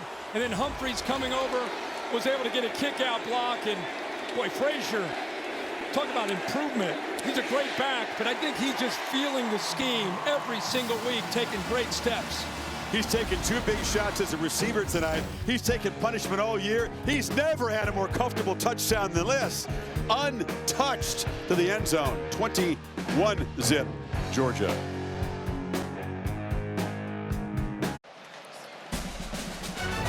When we're done in Atlanta, the scene shifts to Charlotte. Tony Elliott and the Virginia Cavaliers trying to win their first ACC title since 1995. It's the one conference loss. They'll take on the underdog Duke Blue Devils. It was a rout for the Cavaliers in the regular season. Will it be closer tonight in Charlotte with the championship on the line? They're trying to punch their playoff ticket. I don't think it'll be close. I think Virginia will win that through the air.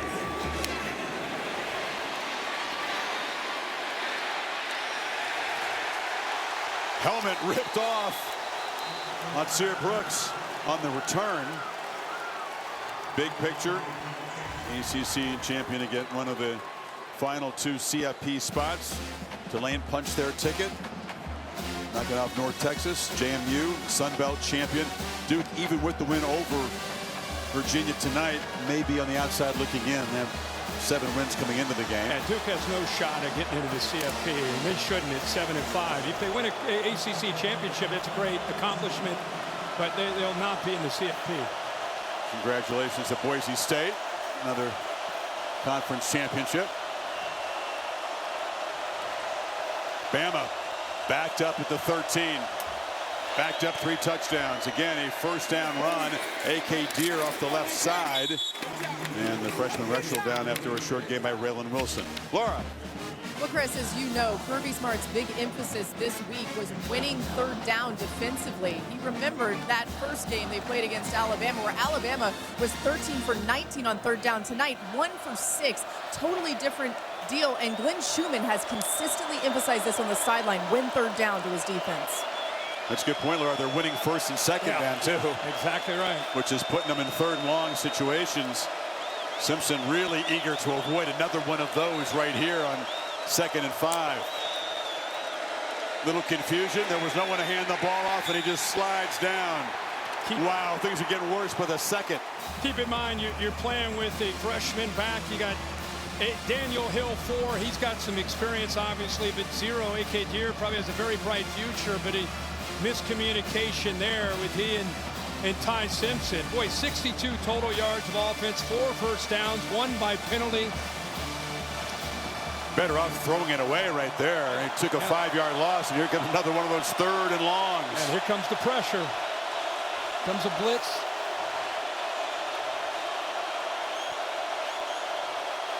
Are they sitting back, or they're coming? Here they come.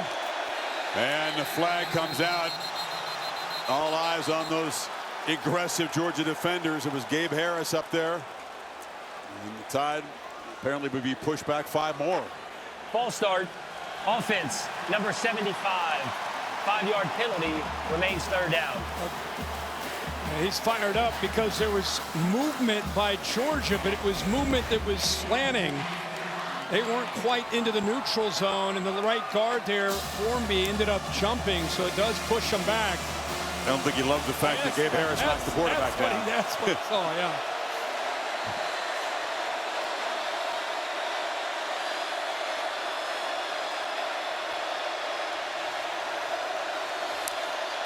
Simpson looking to launch from the end zone. Underneath. Pritchett, long way to go. The tight end is going to be knocked down well short of the first down. And that Dogs defense with Chris Cole making the stop gets off the field again. Is Nakobe Dean out there? Is Jalen Carter out there? I mean, this looks like Georgia defense, right? They're living up to the standard of the Kirby Smart era defense when it comes to winning the line of scrimmage, running to the football, playing with so much confidence. So often this year we ask ourselves, is this the Georgia defense when the Vols and the Rebels were moving up and down the field on them? Had to grow up. Had to grow up. And they have. And Branch with the big return last time backs up for a fair catch at the 33 to 46-yard boot. There he is. Uga 11, known as Boom. Big fella.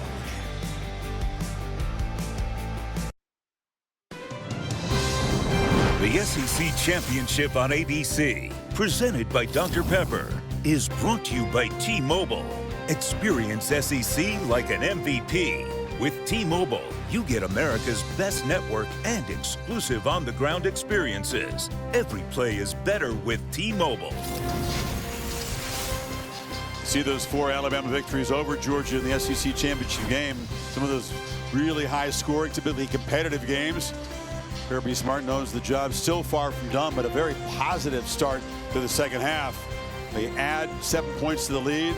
Dolphins' defense is still barking loudly.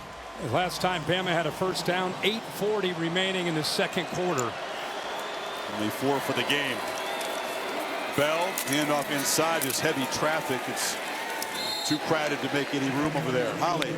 Well, guys, injury issues starting to creep up for Alabama.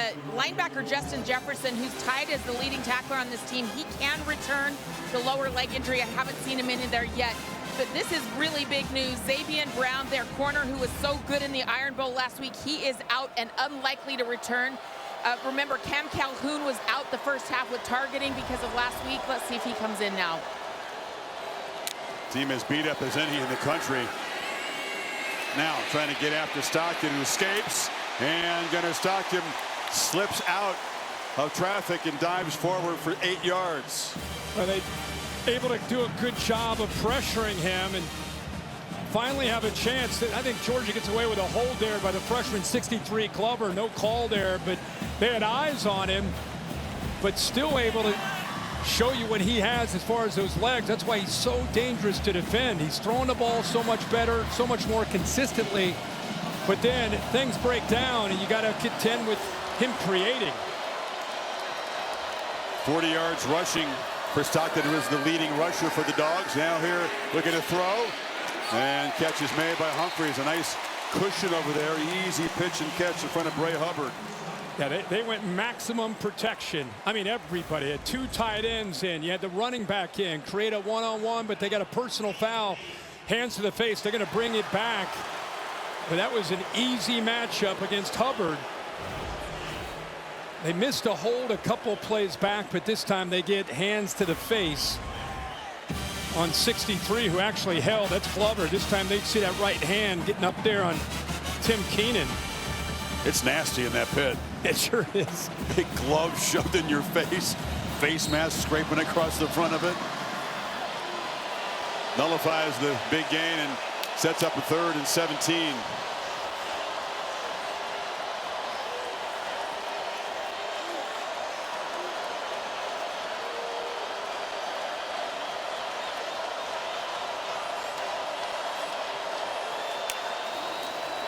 Tide rush only 3.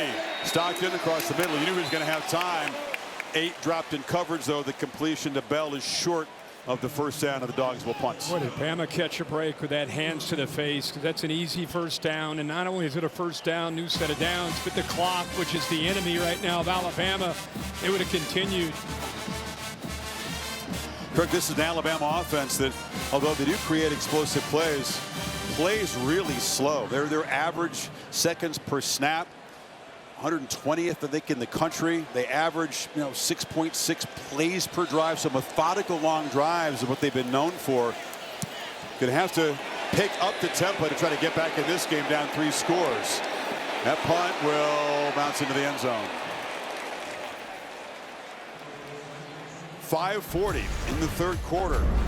Georgia defense pitching a shutout in Atlanta so far. Midway third quarter, Dogs shutting down any attempts by Alabama to run the football. They've gained 24 rushing yards. You factor in the sacks, they have net 8 rushing yards. Heavy pressure on Simpson most of the night. He's just 7 of 15 for 66 yards. 4 first downs total.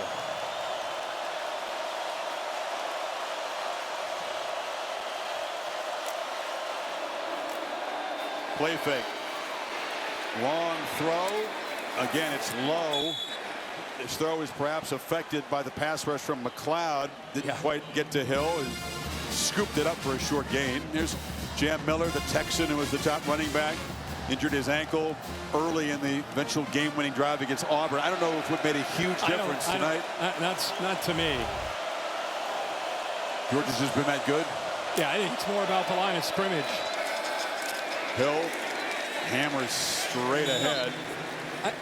Because of Georgia's, I said it's in the first quarter, when Georgia wins the line of scrimmage without having to commit safeties down, they're just going to sit back there and say, okay, until you make us pay for having 2 deep, Glenn Schumann's just going to sit back. And until you run the football, he'll sit back. So it's hard to stretch. Everybody at home might be saying, why aren't they throwing downfield? What's hard with 2 safeties back there, most snaps. 3rd and 3. Dogs up showing pressure. Simpson just desperate to convert one of these. Hill bounces off a tackle. Where did he go out of bounds? They're going to mark him short. He's short. Thomas having a heck of a game, playing through some pain. He's going to be short. Miller's a better receiver as a running back than Hill is, just more experience in that. So they're perhaps missing Jam in that area. 4th down again. I would love to keep track of how many yards Alabama has after a catch on the entire night, because it's not very many. When they make a completion, there is a Georgia defender right there, not just right there, but making tackles. Got 54 yards on the entire night, yards after the catch. 4 straight 3-and-outs at a time when they've needed points to cut into this lead. That punt, not particularly good. 37-yarder, bounces out of bounds. Well, Thursday night, this week that'll feature the College Football Awards and the Heisman Trophy. Also, the 2026 SEC football schedule reveal, which down in these parts, that's an event in and of itself. As they go to the 9-game conference schedule. Yeah, it's a big deal. Out with 25, on to 26. Each team will have 3 sort of quote permanent opponents in the other 6 conference games on a rotational basis. These 2 will not, of course, meet regularly, as they haven't throughout most of their history. Frazier barrels forward, picks up about 9.5. Ray Hubbard got run over. This play kind of embodies this game. The line of scrimmage does their job. Watch Frazier. You get a block there by Lucky. Hubbard gets off of it. Bang! Takes that onto his back with good, tough running. When Nate Frazier looks so good, becoming a workhorse in this offense.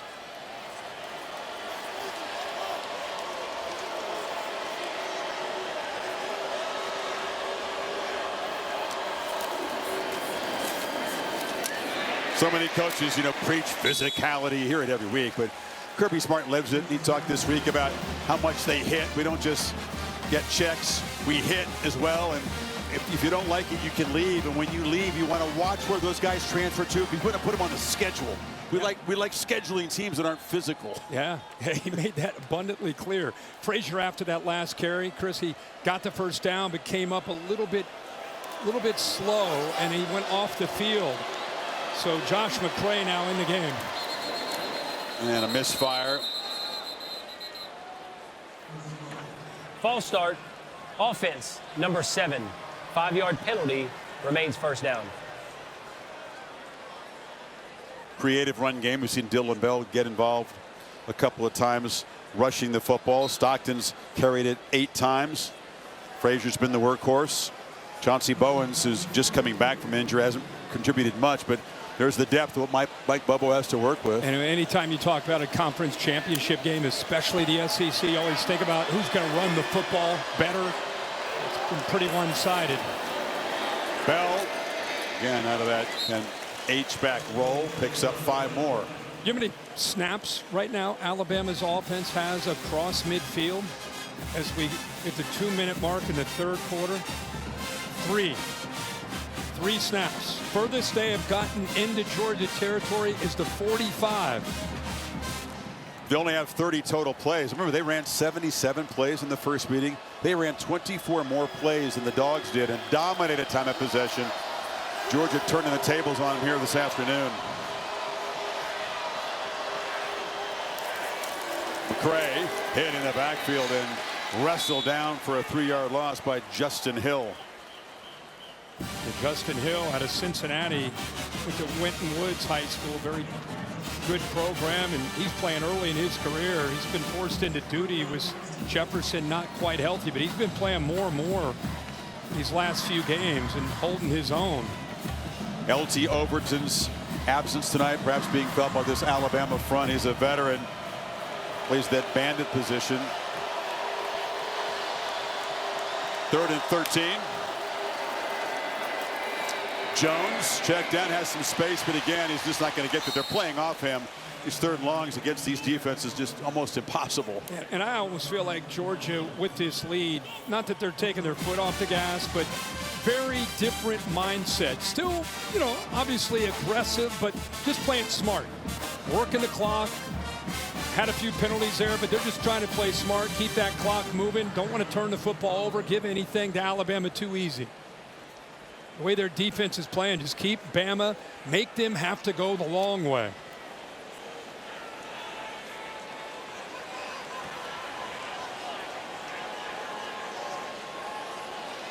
Working the play clock all the way down before Thorson boots it high with backspin.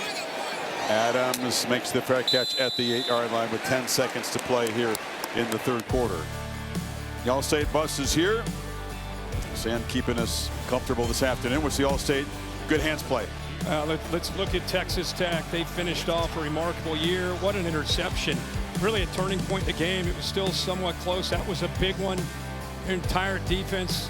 Roberts with that interception. Texas Tech dominating BYU for a second time. Beat him at home, and this time in Arlington. Joey McGuire and the Red Raiders, congratulations. Going to get a top 4 seed, I would think, and a bye. What a year. No doubt. Interesting to see how they do in the playoff. Can't wait to see them match up against the Big Ten or SEC team. That's what they've wanted. Wide open. Check it down to Caleb Edwards, the tight end. Very rarely has an Alabama receiver caught a pass with open space around him. But on the final play of the third quarter, the Tide pick up 21, trying to get this drive going. Alabama hasn't been shut out in a quarter century. It's the Dogs 21-0. Back after this message, and we're your local ABC stations.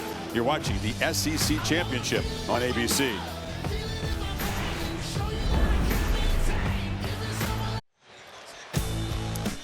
Set for the fourth quarter, the SEC Championship on ABC, presented by Dr. Pepper. It's really been Georgia almost from the start. And Alabama with 15 minutes to play to try to cut into a huge lead. Needing electric plays right now. Hill across the middle, another short throw, makes a couple of yards after the catch, picks up 9 before Cole got him down. Well, now you got to go fast. You got to really crank up this tempo. Not something they typically do, of course.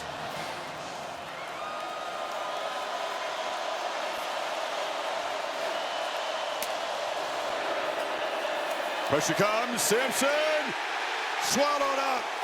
Quintavious Johnson. That relentless pass rush tonight. It's a flag down, by the way, in the defensive secondary.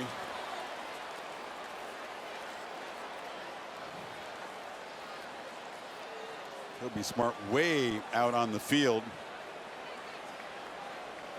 I have the words with Danilo Jones, one of his corners.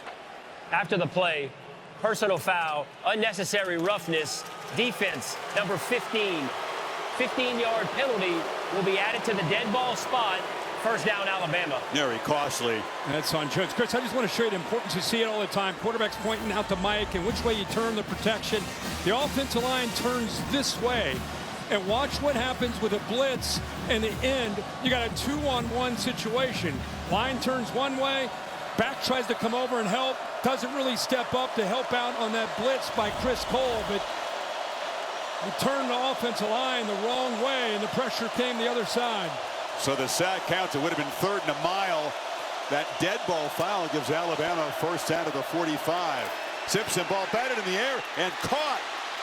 Edwards on the carom as the ball just kind of fluttered into his hands. Bama needs every break they can get. It was tipped by Everett. Man, that's about the first break they've gotten tonight. Blitz off to right there from the corner. Everett, ball goes in the air. The way this night's been going, you'd think that C.J. Allen or Raylan Wilson would have picked that off, but they catch a break with a freshman Edwards with a heads-up play.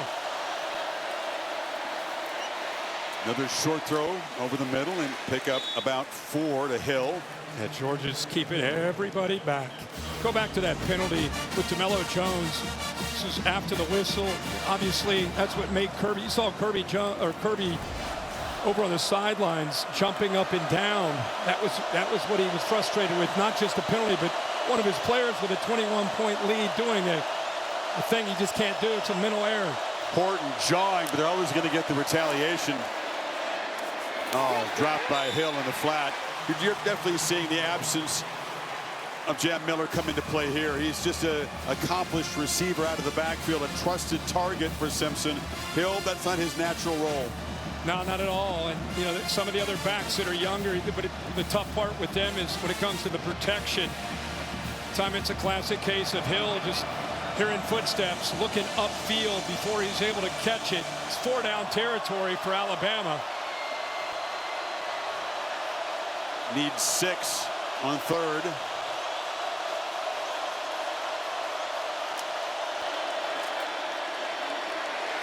Back foot throw, trying to loft it to Williams, who was tackled. And Georgia, it'll be another penalty on DeMello Jones to bail out Alabama. He didn't see the football, which was way Pass underthrown. interference, defense, number 15. 15-yard penalty from the previous spot. First down. Pressuring Ty Simpson.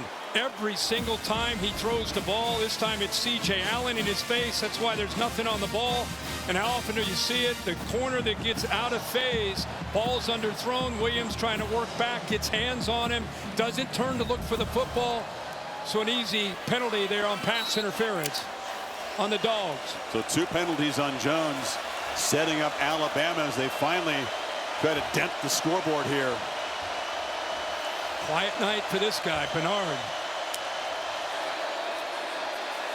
Simpson took a look that way, now launches down the middle end zone, incomplete for Brooks. Everett was coming across in coverage. Did he get a piece of that pass? Well, I'll tell you, Ty Simpson did a good job of selling that off to his left. So as soon as I circled Bernard, he kind of did a stalk block and go. Simpson looked that way, but ends up going the other way, and just the right hand, not quite able to connect there with Brooks, who had just a step on Everett there. Could have been a touchdown. Brooks just 1 catch tonight for 1 yard. He's been a big part of the offense down the stretch for Alabama.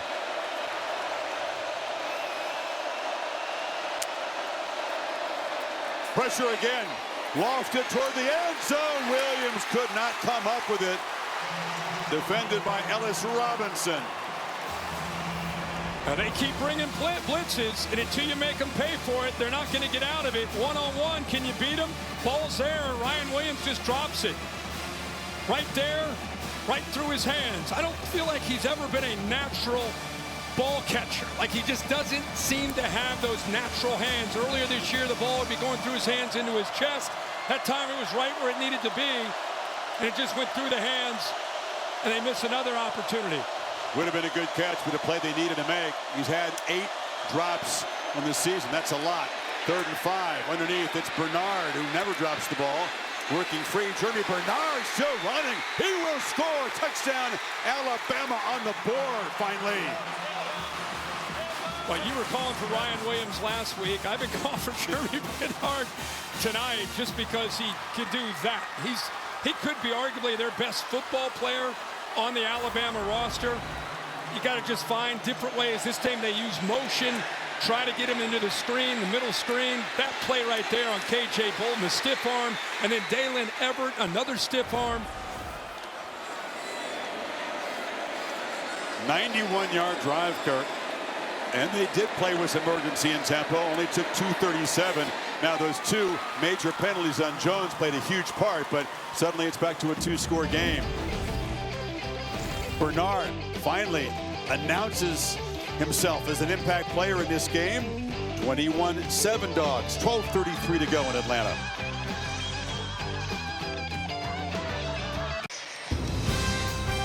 Alabama on the board after a 91-yard drive. Jeremy Bernard, a 23-yard reception from Simpson, turned a short pass into a big gain finally. They've rarely done that tonight. Bernard getting away from the Dogs defense. And this is suddenly a little more interesting here.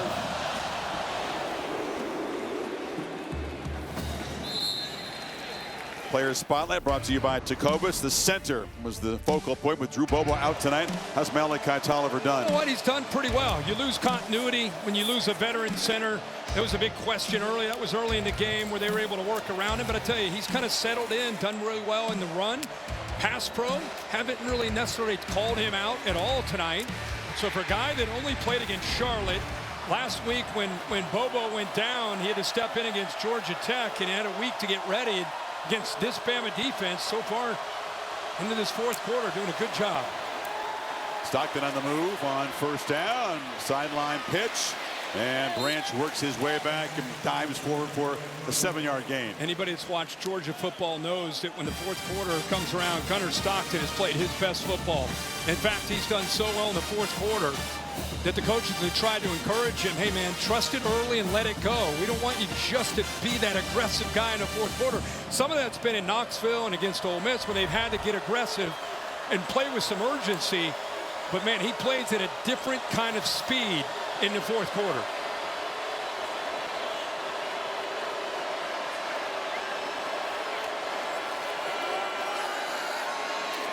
Pump fake off the edge, and it's complete to Delp for a first down.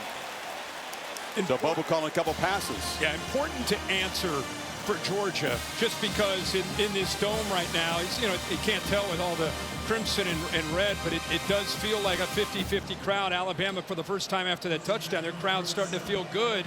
If they would have gone to 3 and out, boy, they give the ball back to Bama. That's a different story. But a couple throws, staying aggressive, trusting the quarterback. They get a first down here.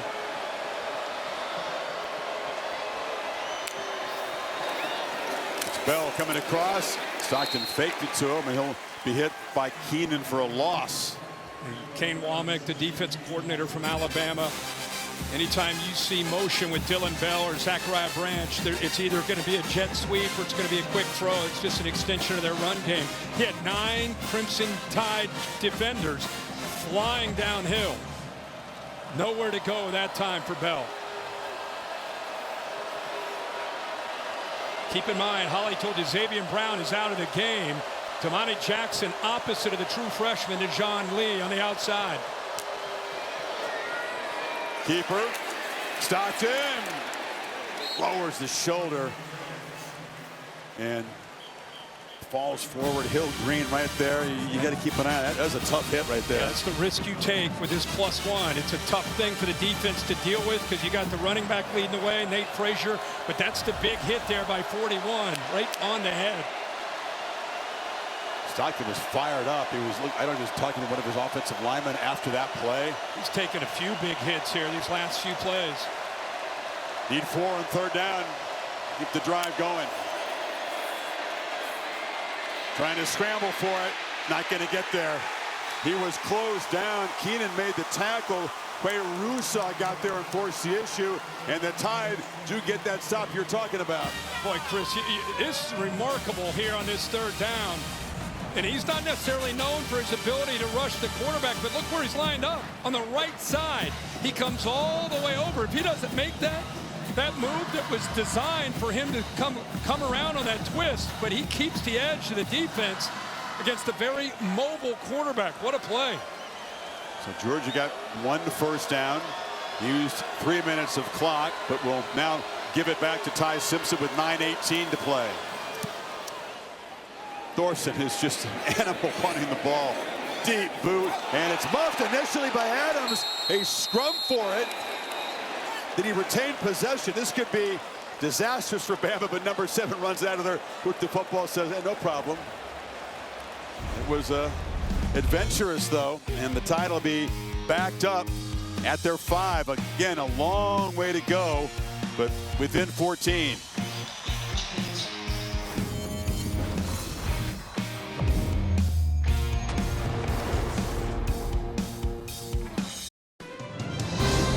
The SEC Championship on ABC is presented by Ice Cold Dr. Pepper.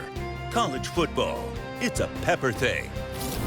And in part by IHG Hotels and Resorts. Georgia dominant through the first 3 quarters. Alabama has a 4th quarter touchdown. Inspired, emotional Georgia defense. Tide went 91 yards on them last time. And C.J. Allen, the enforcer, the leader, reminds me so much of Nakobe Dean, what he meant to this defense. Same kind of personality, number 3 in the middle. Tide 96 yards away. And Simpson underthrows Edwards. On his back again. I mean, he's trying to give his receivers enough time to run their routes and separate. But these offensive linemen are getting pushed back right into his face. And not even blitzing on that one.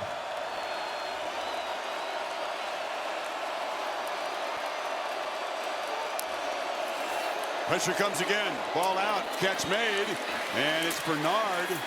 Tried to create some magic there after the catch. Knocked down a couple of yards short of the marker by K.J. Bolden. 3rd and short. Starting to find ways to get Bernard the football. Remember, he had that big touchdown. Had a couple broken tackles. Big 3rd down here for both teams. Under 9 minutes. Been a story from the start. Alabama just 2 for 10. Most of them a lot longer than this 3rd and 2. See if they bring those backers. They've been very effective by bringing linebackers. Hill moves back in to perhaps block the blitz. Simpson flips it out, drops. Caleb Edwards, the tight end, big shoes to fill. Josh Cuevas just can't go, and he's an example of one of the young guys that has to step up and play a bigger role. And the drop there on his 4th down. Offense on the field. Yeah, offense on the field. You need 2 scores. He's just kind of leaking there, but there's your guy, C.J. Allen, right at home. They didn't blitz him. Let him sit there and read the eyes of the quarterback. Maybe the ball game for Alabama. Keep hope alive. Got to have 2 here. Long throw, no chance. Bernard was intended receiver. Pressure came again, but that was way off target, and the Dogs will take over in the red zone. And a long, low percentage throw on 4th down and short. I mean, you're trying to get it to 5. He was stacked. But like I said, that is a tough throw to make to the wide side of the field against the best corner from Georgia. Don't know if that's where DeBoer wanted the football to go from that reaction. It's been a little fuzzy for Ty Simpson tonight. It was so clear, so efficient 10 weeks ago. It's been a massive struggle against this Georgia defense, and now the Dogs, they just hammer the nail in here. Take over from the 12. Knockout punch opportunity. Their home crowd senses it and feels it. They want a quick touchdown. Or a slow touchdown. No, let's take a touchdown. That's a good point. Even better. Sudden change. It's Stockton who faked it to Frazier, then kept it for a couple. I think he kind of aborted that, just came off it, just to be clear, with Alabama getting some penetration. James Smith got in there pretty quickly. Don't risk the exchange. Yeah, just you end up, it's an either or on a zone read, just to be safe. If he hands it in there and James Smith blows it up, that ball goes into the air. So smart decision to get out of there and just take as many yards you can get. Got stacked right at the line of scrimmage. You're right. The crowd does want a knockout touchdown, but even a field goal makes it a 3-score game, and Kirby well aware of that. Ooh, Frazier smacked hard and driven back by Deontay Lawson. Yeah, just want to say something about Deontay Lawson, just a 5th-year senior out of Mobile. Went to Mobile Christian. We've been sitting down, you and I and our crew, for 5 years with Tim. One of the guys you pull for. He's been through some injuries, some adversity, and really the glue as the Nick Saban era ended and the new era began with Kalen DeBoer. Having him in the middle as a leader that's kind of a quiet, humble guy, he became a more vocal leader. Great play there. Branch trying to find some space and scores! The Dogs deliver the dagger.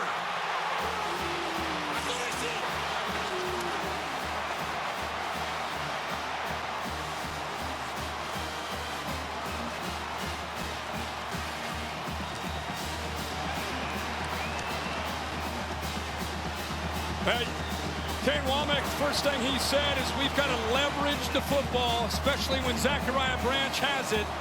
We can't give him space. Pretty good effort here by the block by 7, Lucky, but watch his instincts right there. Foot in the ground, stop and start, and then the acceleration. As good as anybody, if not the best in the country, but just the natural instincts as a ball carrier after he makes a catch. So dangerous. Give the assist to Lucky with that block in front of him.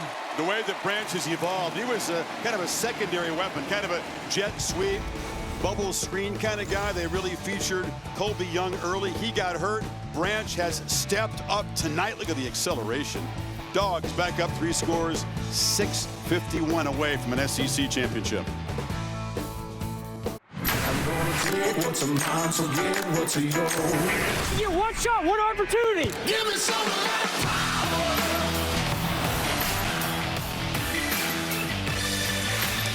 Bulldogs close to defending their SEC championship.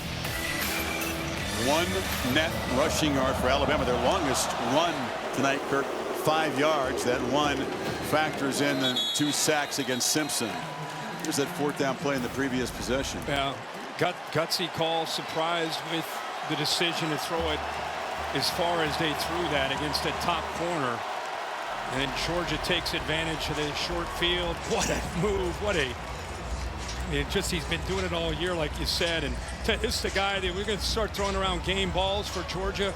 It's easy to look at Stockton or Frazier or Zachariah Branch, but man, there were so many questions. Losing Drew Bobo. Been a lot of moving parts around the center. Bobo's been the guy that's been kind of that guy you could count on through being healthy and being the leader. And Malachi Tolliver has really played well in his absence. Redshirted last year, spot duty, sparing duty really in his redshirt freshman year. And there's Bernard, the kind of play they needed in that 4th down that you just showed. Gainer out across the 40, picks up 16. Yeah, and again, Georgia just with this big lead, they're just sitting back. See if they start bringing those backers that have been effective, walking them up.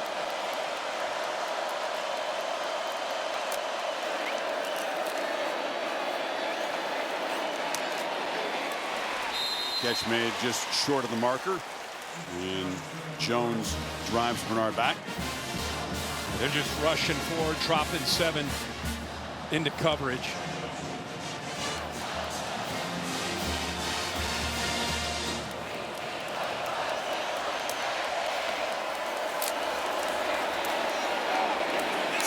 Tried to find Bernard yet again. Everett broke it up.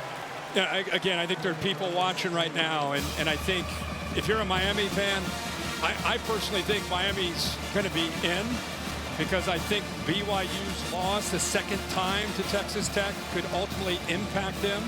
I think the discussion's going to be Bama and Notre Dame. I think that's what just in my opinion, I think that's what they're going to have to weigh and look at all the things you look at, and Bama's got a lot of good for them. Notre Dame has some good for them, so it's going to be an interesting discussion, I'm sure, in that room. We'll pick up on that in a second. Tide need 2 on this 3rd down. Simpson has time. Does he have anybody open? No, he's going to take off. He's going to be tackled short. It's going to be 4th down here. C.J. Allen, the heartbeat of this team. The guy that teammates say is just wired differently. And just to clarify, the reason I think Miami will be in is because I think BYU could slip beneath Miami, which would put Miami and Notre Dame together. And that's where the head-to-head would come in and favor Miami over Notre Dame. Let's watch this 4th down play, and I'm going to pick up that with it because the Herb Street playoff predictor is different than the All-State. Yeah. And make it very clear, I have no say in anything. I don't know anything. I'm just going by what the committee does with their rankings, trying to respond to what they do from 1 week to the next. And everybody's been clamoring about, what about head-to-head? What about head-to-head? But Miami's been so far away from Notre Dame. Maybe they shouldn't have been, frankly. Maybe they shouldn't have. But I'm just saying they have, based on the committee's rankings. And it really did come into play. Well, now, after last week's rankings, the only team that was in between them was BYU. And I don't think teams should ever be punished for playing a conference championship game. But in this case, you and I called the game in Lubbock. It was one-sided. You watch it again today, pretty one-sided. I just wondered, do they punish BYU for playing that second game in that conference championship? Or do they keep it? I don't know. I mean, that's what they have to figure out. Yeah, we'll watch the fourth down play. Alabama fans, hopefully they don't get punished for playing in a conference championship game. Sure. Difference is they did beat Georgia in Georgia the first time. They didn't lose twice to them as the Cougars did to the Red Raiders. That's the difference.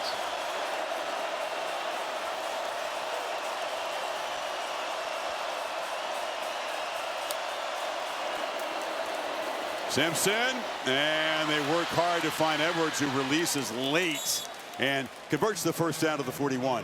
Good job of staying, kind of riding that, caught the defense's attention, started to commit towards that, looked like a dive to Hill, and he did a good job of reading the defense, then pulling it out and just leaking that freshman. Did not run on the play. Please set the game clock to 5 minutes and 15 seconds, and please set the play clock to 40 seconds. Both the game clock and the play clock will start on my signal. He did a good job of riding that to safeties. Linebackers came down. He's able to slip it out to Edwards for that first down.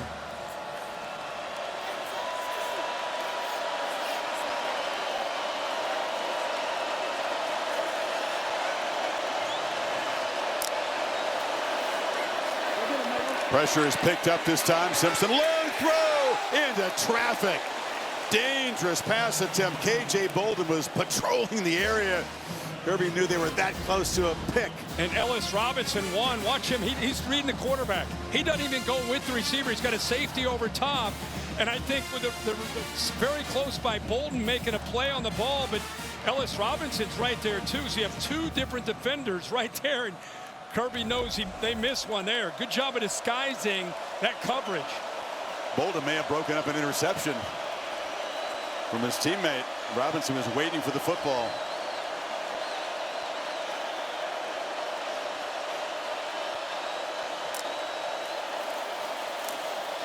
Simpson has some space. Can he get the edge?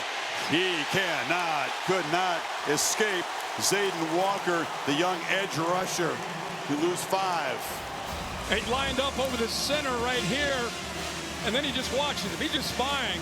I mean, I don't know what kind of, that's a linebacker, edge defender. It's got to be a 4-5, right? I mean, that is speed, chasing down Ty Simpson. We saw Ty Simpson last week show some wheels. It looked like he was running with ankle weights on there with Zayden Walker chasing him down. He's very proud of his scrambling ability. He says he's a very good athlete, but taking some punishment today, not able to escape that time. So 3rd and 15. 2 plays to get the yardage. Short throw, Bernard. And it's a second throw downfield to Daniel Hill. A trick play. Hill rumbles downfield into Georgia to the pass, and then the lateral across the field. That's incredible. They brought 6. Once again, Simpson gets hit. They brought one more than they could handle, so he gets hit. What a job by Bernard, who was a Wildcat quarterback in high school, and did a good job there, not just throwing it, but leading him. Made sure it was a backwards pass. Now end zone for Bernard over his head. They've been all over number 5 tonight. Ellis Robinson in coverage that time. He does have the one kind of explosive play we've seen from either side tonight. Georgia doesn't have a 20-yard play. Bama's just got the 23-yard touchdown play from Bernard. Longer than 21 yards. It's been that kind of grinding game. Well, they both sides, but especially for Alabama, yards have been very, very tough, and they tried to run the ball, but just have not. They've been running uphill against this front from Georgia. Simpson, the deer off his hands. Every single time he drops back to throw. Remember, this is the same teams that played what was it, 10 weeks ago or however long ago it was, and we all marveled at the job Ty Simpson and his offensive line did, went into hostile territory. They converted on third downs, especially early in the game, the first 8, but he had time. He had a clean pocket. Tonight, 18 pressures in this football game. Every time he throws the ball, he's got somebody in his face. Like most college quarterbacks, Simpson's numbers are far, far worse when he's under pressure. He's just so efficient with a clean pocket. It's actually a pretty startling difference, and tonight it's been a big, big factor. Just has not been able to make quick decisions and clean throws when he's been harassed. That's one for Williams was way short. Yeah, and I think when you have that kind of success as a defense, Kirby talks about this a lot. Glenn Schumann, they're not always caught up in how many sacks did you have. They have 3 tonight. They don't care about sacks. They care about affecting the quarterback, which they have done almost every time he's dropped back to throw. 4th down and 10 here.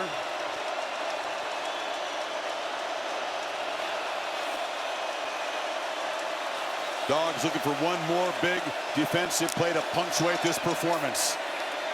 Pressure comes. Simpson stays alive, has to make something happen on 4th down. Spins away, heaves to the end zone. Oh, bounced right off the chest of Bernard. Somehow that ball found its way to number 5, but he couldn't come up with it. Yeah, that ball, it was just a desperation throw. And somehow K.J. Bolden, it went up and over him. Dalen Everett had his back turned to the quarterback. So the ball got, he tipped it just his second time. He's just got a fingertip on the ball. What a view right there. Otherwise, that's a touchdown. Just by getting that fingertip on the ball, change the trajectory in a millisecond. And their best receiver, Bernard, unable to hold on. And the Dogs 3-20 and counting away from another SEC championship, securing top 4 seed in the 12-team bracket, earning that first-round bye, which means we would not see the Dogs again until around New Year's Day when the quarterfinals would unfold. They'll need every day of rest. And Alabama, which was told by the computers and most of the pundits that they were a virtual lock no matter what happened today, has not secured the automatic bid, and will have to put it in the hands of the committee and hope that this performance doesn't detract from what was a pretty exceptional regular season with plenty of wins over ranked teams. There remains some intrigue tomorrow for sure, though. Oh, yeah. Stockton still has the ball and is weaving around and would just duck down and take a loss. Remember last year, all 4 teams that had the bye lost? Yep. 0 for 4. Also remember last year when Alabama took a kind of subpar Oklahoma team and lost on the road. That's eventually what kept them out of the playoff. They lost to a much, much better Oklahoma team again this year at home. And if Alabama does have trouble getting in the bracket and the committee goes elsewhere, it'll be the Sooners again that will have kept them out with that loss. That's true. What's the drama here, Chris? What do you think? Well, what happens 9 to BYU? through 12 is the drama. What happens to BYU after a second loss to Texas Tech? Are Miami and Notre Dame going to be side by side, which would favor Miami with head-to-head? And what are they going to do with Alabama? Is Alabama going to be okay? And if not, how far will they drop after have to play a bonus game against a team that they already beat in their building, in their stadium? Well, historically, every time a team has lost a championship game, they do drop. Sometimes just one, sometimes more. So you can expect some kind of a drop. Certainly talked about BYU. That was a different circumstance than this game, but you could expect Alabama to drop and get a little tenuous. Yeah. Noon Eastern time tomorrow on ESPN is that reveal. Here's Bowens. Chauncey Bowens spins out across the 30. And it feels like the top 4 seeds will be Texas Tech and Georgia, and if Ohio State and Indiana, depending on how that game goes, whoever wins will be the 1 seed. Whoever loses, if it's a competitive game, will probably be still up in the top 4, I would think. Look, we do make our living week to week in the SEC, but there's things to talk about when this conference they attend to Bowen. Look, I mean, there's great teams in the Big Ten. The two best teams, 1 versus 2, and I can't wait to watch it. Texas Tech's a deserving top 4 team, but the depth of this league, the punishment that you have to absorb week in, week out. It's been talked about for a long time, but it is really a real factor when you look at teams trying to get to this part of the season and make a playoff case. You got teams like Texas, which lost to Ohio State early, took a non-conference game in a tough game, 14-7, won the stat battle, lost on the scoreboard, and they're going to be penalized for taking that game because they're probably not going to make the field. Vanderbilt, great season. They're probably not going to get in. That's how deep this league is. So that's not hype, and that's not bias. That's just the reality. It's just watching the games. It's just truth. Big Ten has 3 really exceptional teams at the top. It's a very top-heavy league. The SEC, for a while, was considered very top-heavy when it was Bama and Georgia or everybody else. But now the depth is so significant that there are no easy passes in this league, period. It doesn't matter what the one-loss record is of the opponent.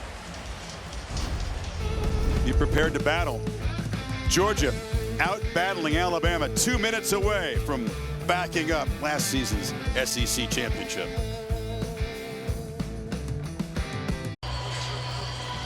Two minutes from trophy time here.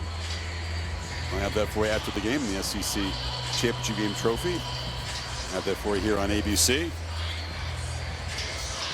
Tough one for Ty Simpson. His younger brother, by the way, Graham Simpson, won a 3A state championship at Tennessee, throwing for 566 yards and 7 touchdowns. Wow. Ty said, could you just save some of those yards and touchdowns for me? The different story of the Simpsons. As Ty's going to come up short, unable to match the brilliance of that first performance in Athens. It took all of what he had there to come out of there with a win. And Georgia was determined to make him really uncomfortable tonight, and they did so. Congrats to Kirby Smart and the Georgia Bulldogs. You know, we've been around their team all year. They've been known as a resilient team. You know, he talked about they've lost some great players over the years, probably more than anybody over the last 4 years to the NFL. This team needed time to grow up, and they developed. They got more comfortable with each other, learned through some mistakes, and now they win an SEC championship. They enter the CFP as one of the more dangerous teams, in my opinion, going into it. It's going to be a lot of fun to see what kind of run they can make. Kirby, with those 2 national championships, said, I'm a guy that had more natties than SEC titles. These are hard to win, and now he's won them in back-to-back seasons and beaten Alabama in the championship game for the first time. Yeah, he and his staff, man, they so much to be proud of. Good to see him smile. I mean, these guys are under so much pressure. They just constantly pushing. They pride themselves on their physicality, and it sure paid off tonight. Gunnar Stockton, 20 for 26, 156 yards, a legend in the state of Georgia. Rabun County High School. He retired his jersey earlier this year. And now he's going to be an SEC champion quarterback for the Georgia Bulldogs. The Dogs move on to the playoff. Exclamation point to their SEC campaign.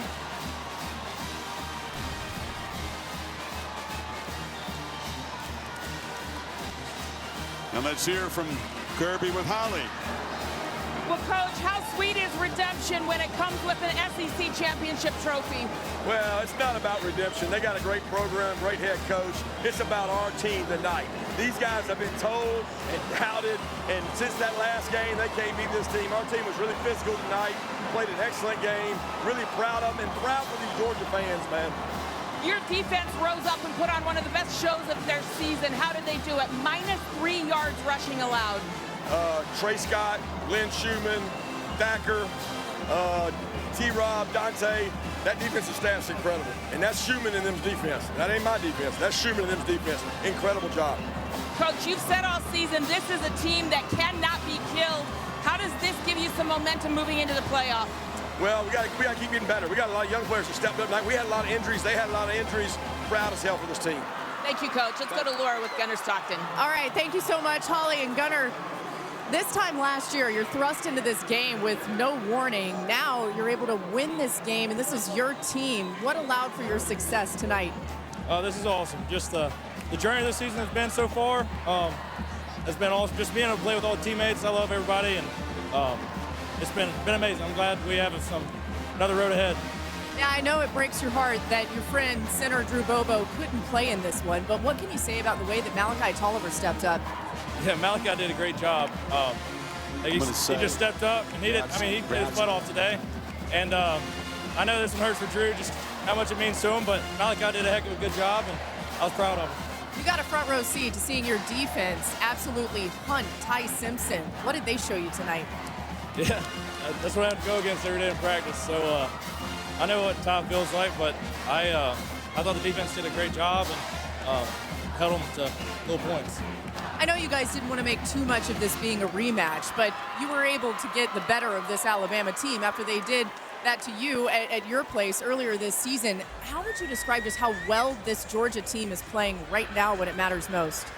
Yeah, I think we're clicking right now at the right moment. And it's fun when it's like that, and everybody's having fun playing football and enjoying what they're doing. All right, congratulations. Thank you. Chris. A tremendous achievement, as we've said. MVP for going 20 of 26 with those 3 touchdown passes. Just in really complete command. The whole team was, and he's the beneficiary of a team that was incredibly well prepared. They won the line of scrimmage on both sides. And I think that really the block punt got them going, the interception by Everett. But this is a football team that came in and played really all 3 phases. They dominated this game. They deserve all the credit. You can hear Kirby Smart say, you know, basically this team has a chip on their shoulder. They're tired of being doubted. Now you got to keep that energy after this championship, after this accomplishment. Don't lose that chip. Keep playing that way as they get ready for the next round. I love that they're doubted. 12-1. They were favorites tonight, by the way. But you know what? As magnificent as this achievement is, it will always be that way to win an SEC championship. The sport is now about the playoff, right? And Kirby said to me yesterday, hey, we did this last year. We won on this field last year. Beat Texas, hard-fought game, SEC champions. And then they lost to Notre Dame in their first playoff game, and everybody forgot a little bit about this. So he knows that what's ahead is more important than what they've just done today even. Great point. This feels incredibly different to me than last year. Carson Beck went down with an injury.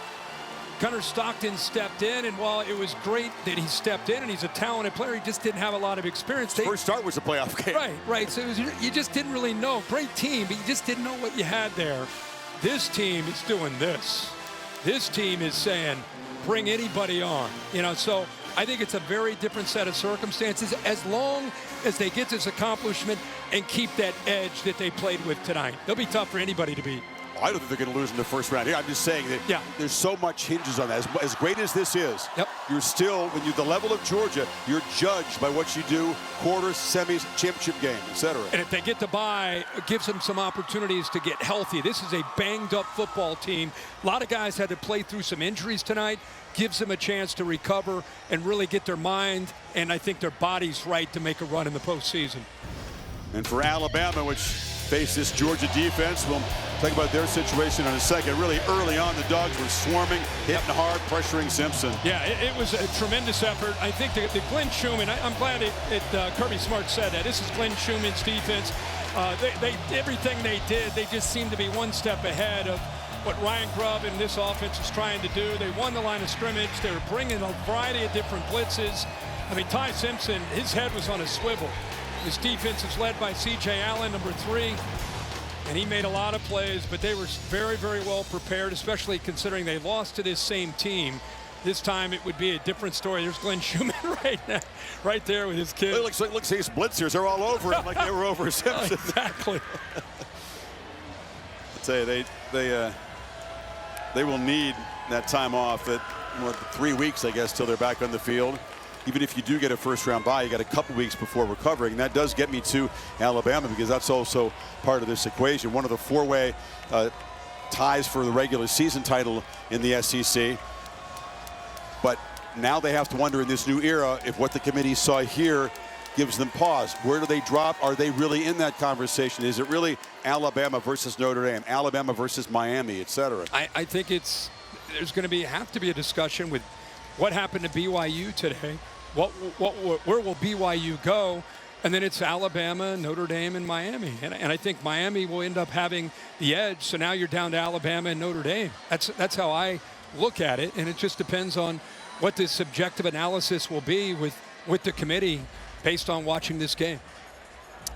We're set to have the trophy presentation. Now let's get back down to Laura.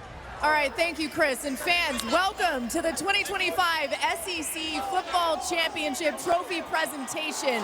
We want to acknowledge Alabama's great accomplishments this season. Congratulations to them, but let's give a huge round of applause for the Georgia Bulldogs, your 2025 SEC champions. And we'd like to welcome to the stage the head coach of the Georgia Bulldogs, Kirby Smart, is up here, as well as SEC Commissioner Greg Sankey, Georgia Athletics Director Josh Brooks, President Jerry Moorhead, and we are going to get this going by announcing our MVP of the 2025 SEC Championship game, and that is quarterback Gunnar Stockton. Gunnar, get up here.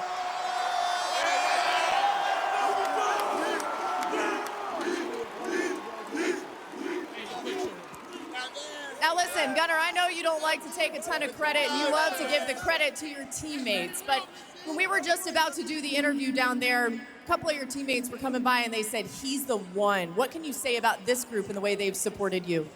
No, they're awesome. They make it fun to go practice and just be around them every day. MVP of the SEC Championship game. How does that sound from a guy from Tiger, Georgia, all the way to this? Sounds like a dream come true. All right, let's get Kirby Smart over here. Congratulations to Gunnar. And Kirby, this is something that you felt like this team could accomplish, but you knew that there was some growing up that had to happen. How would you describe the way that they have responded throughout this season?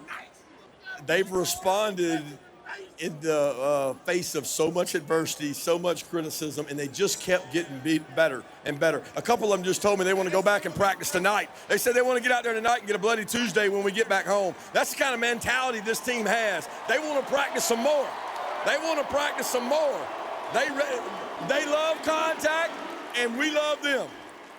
What can you say about this Georgia fan base that packed this place, a place that you're all too familiar with, the way that they have continued to show up and be a heartbeat on the outside of this team? Yeah, they were all here last week. I want to thank the band, especially. The band has been incredible and loud and rocking. We love our band. And you know what? These fans have been through a lot of heartache and agony in these games, but not tonight, baby, not tonight. One more question. Are you guys going to practice tonight? I don't know. She wants to know if we're going to practice tonight. We got malpractice tonight. Okay, they said no. All right, congratulations to Kirby Smart, Gunnar Stockton, this Georgia Bulldogs team, and now it is time for SEC Commissioner Greg Sankey to present the 2025 SEC Championship Trophy.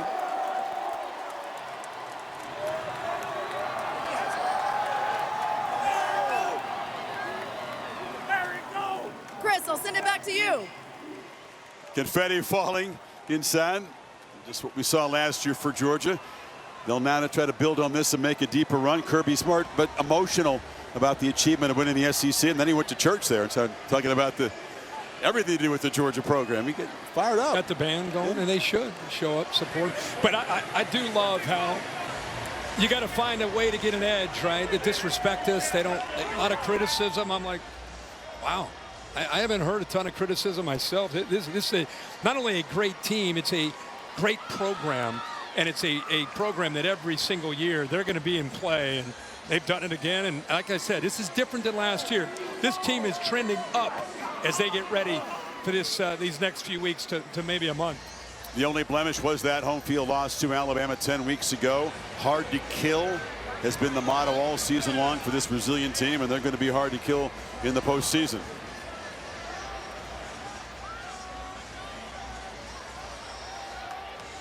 A block punt, an interception, set things up early. Gunnar Stockton in the offense, efficient. At defense, just smothering, suffocating. And the Dogs win it 28-7 to take the SEC championship. Noon Eastern time tomorrow over on ESPN. That 12-team bracket revealed. We know you're going to be there for that. Bill Bonnell produced the game. Jimmy Platt directed it. Thanks to our entire crew, to Mark Amento and Bill Black. Darren Brown up here. Allie Moss. Our entire crew here in Atlanta. So long. For Kirk, Holly, Laura, Bill, Chris saying, we'll see you next time. Let's go to the studio.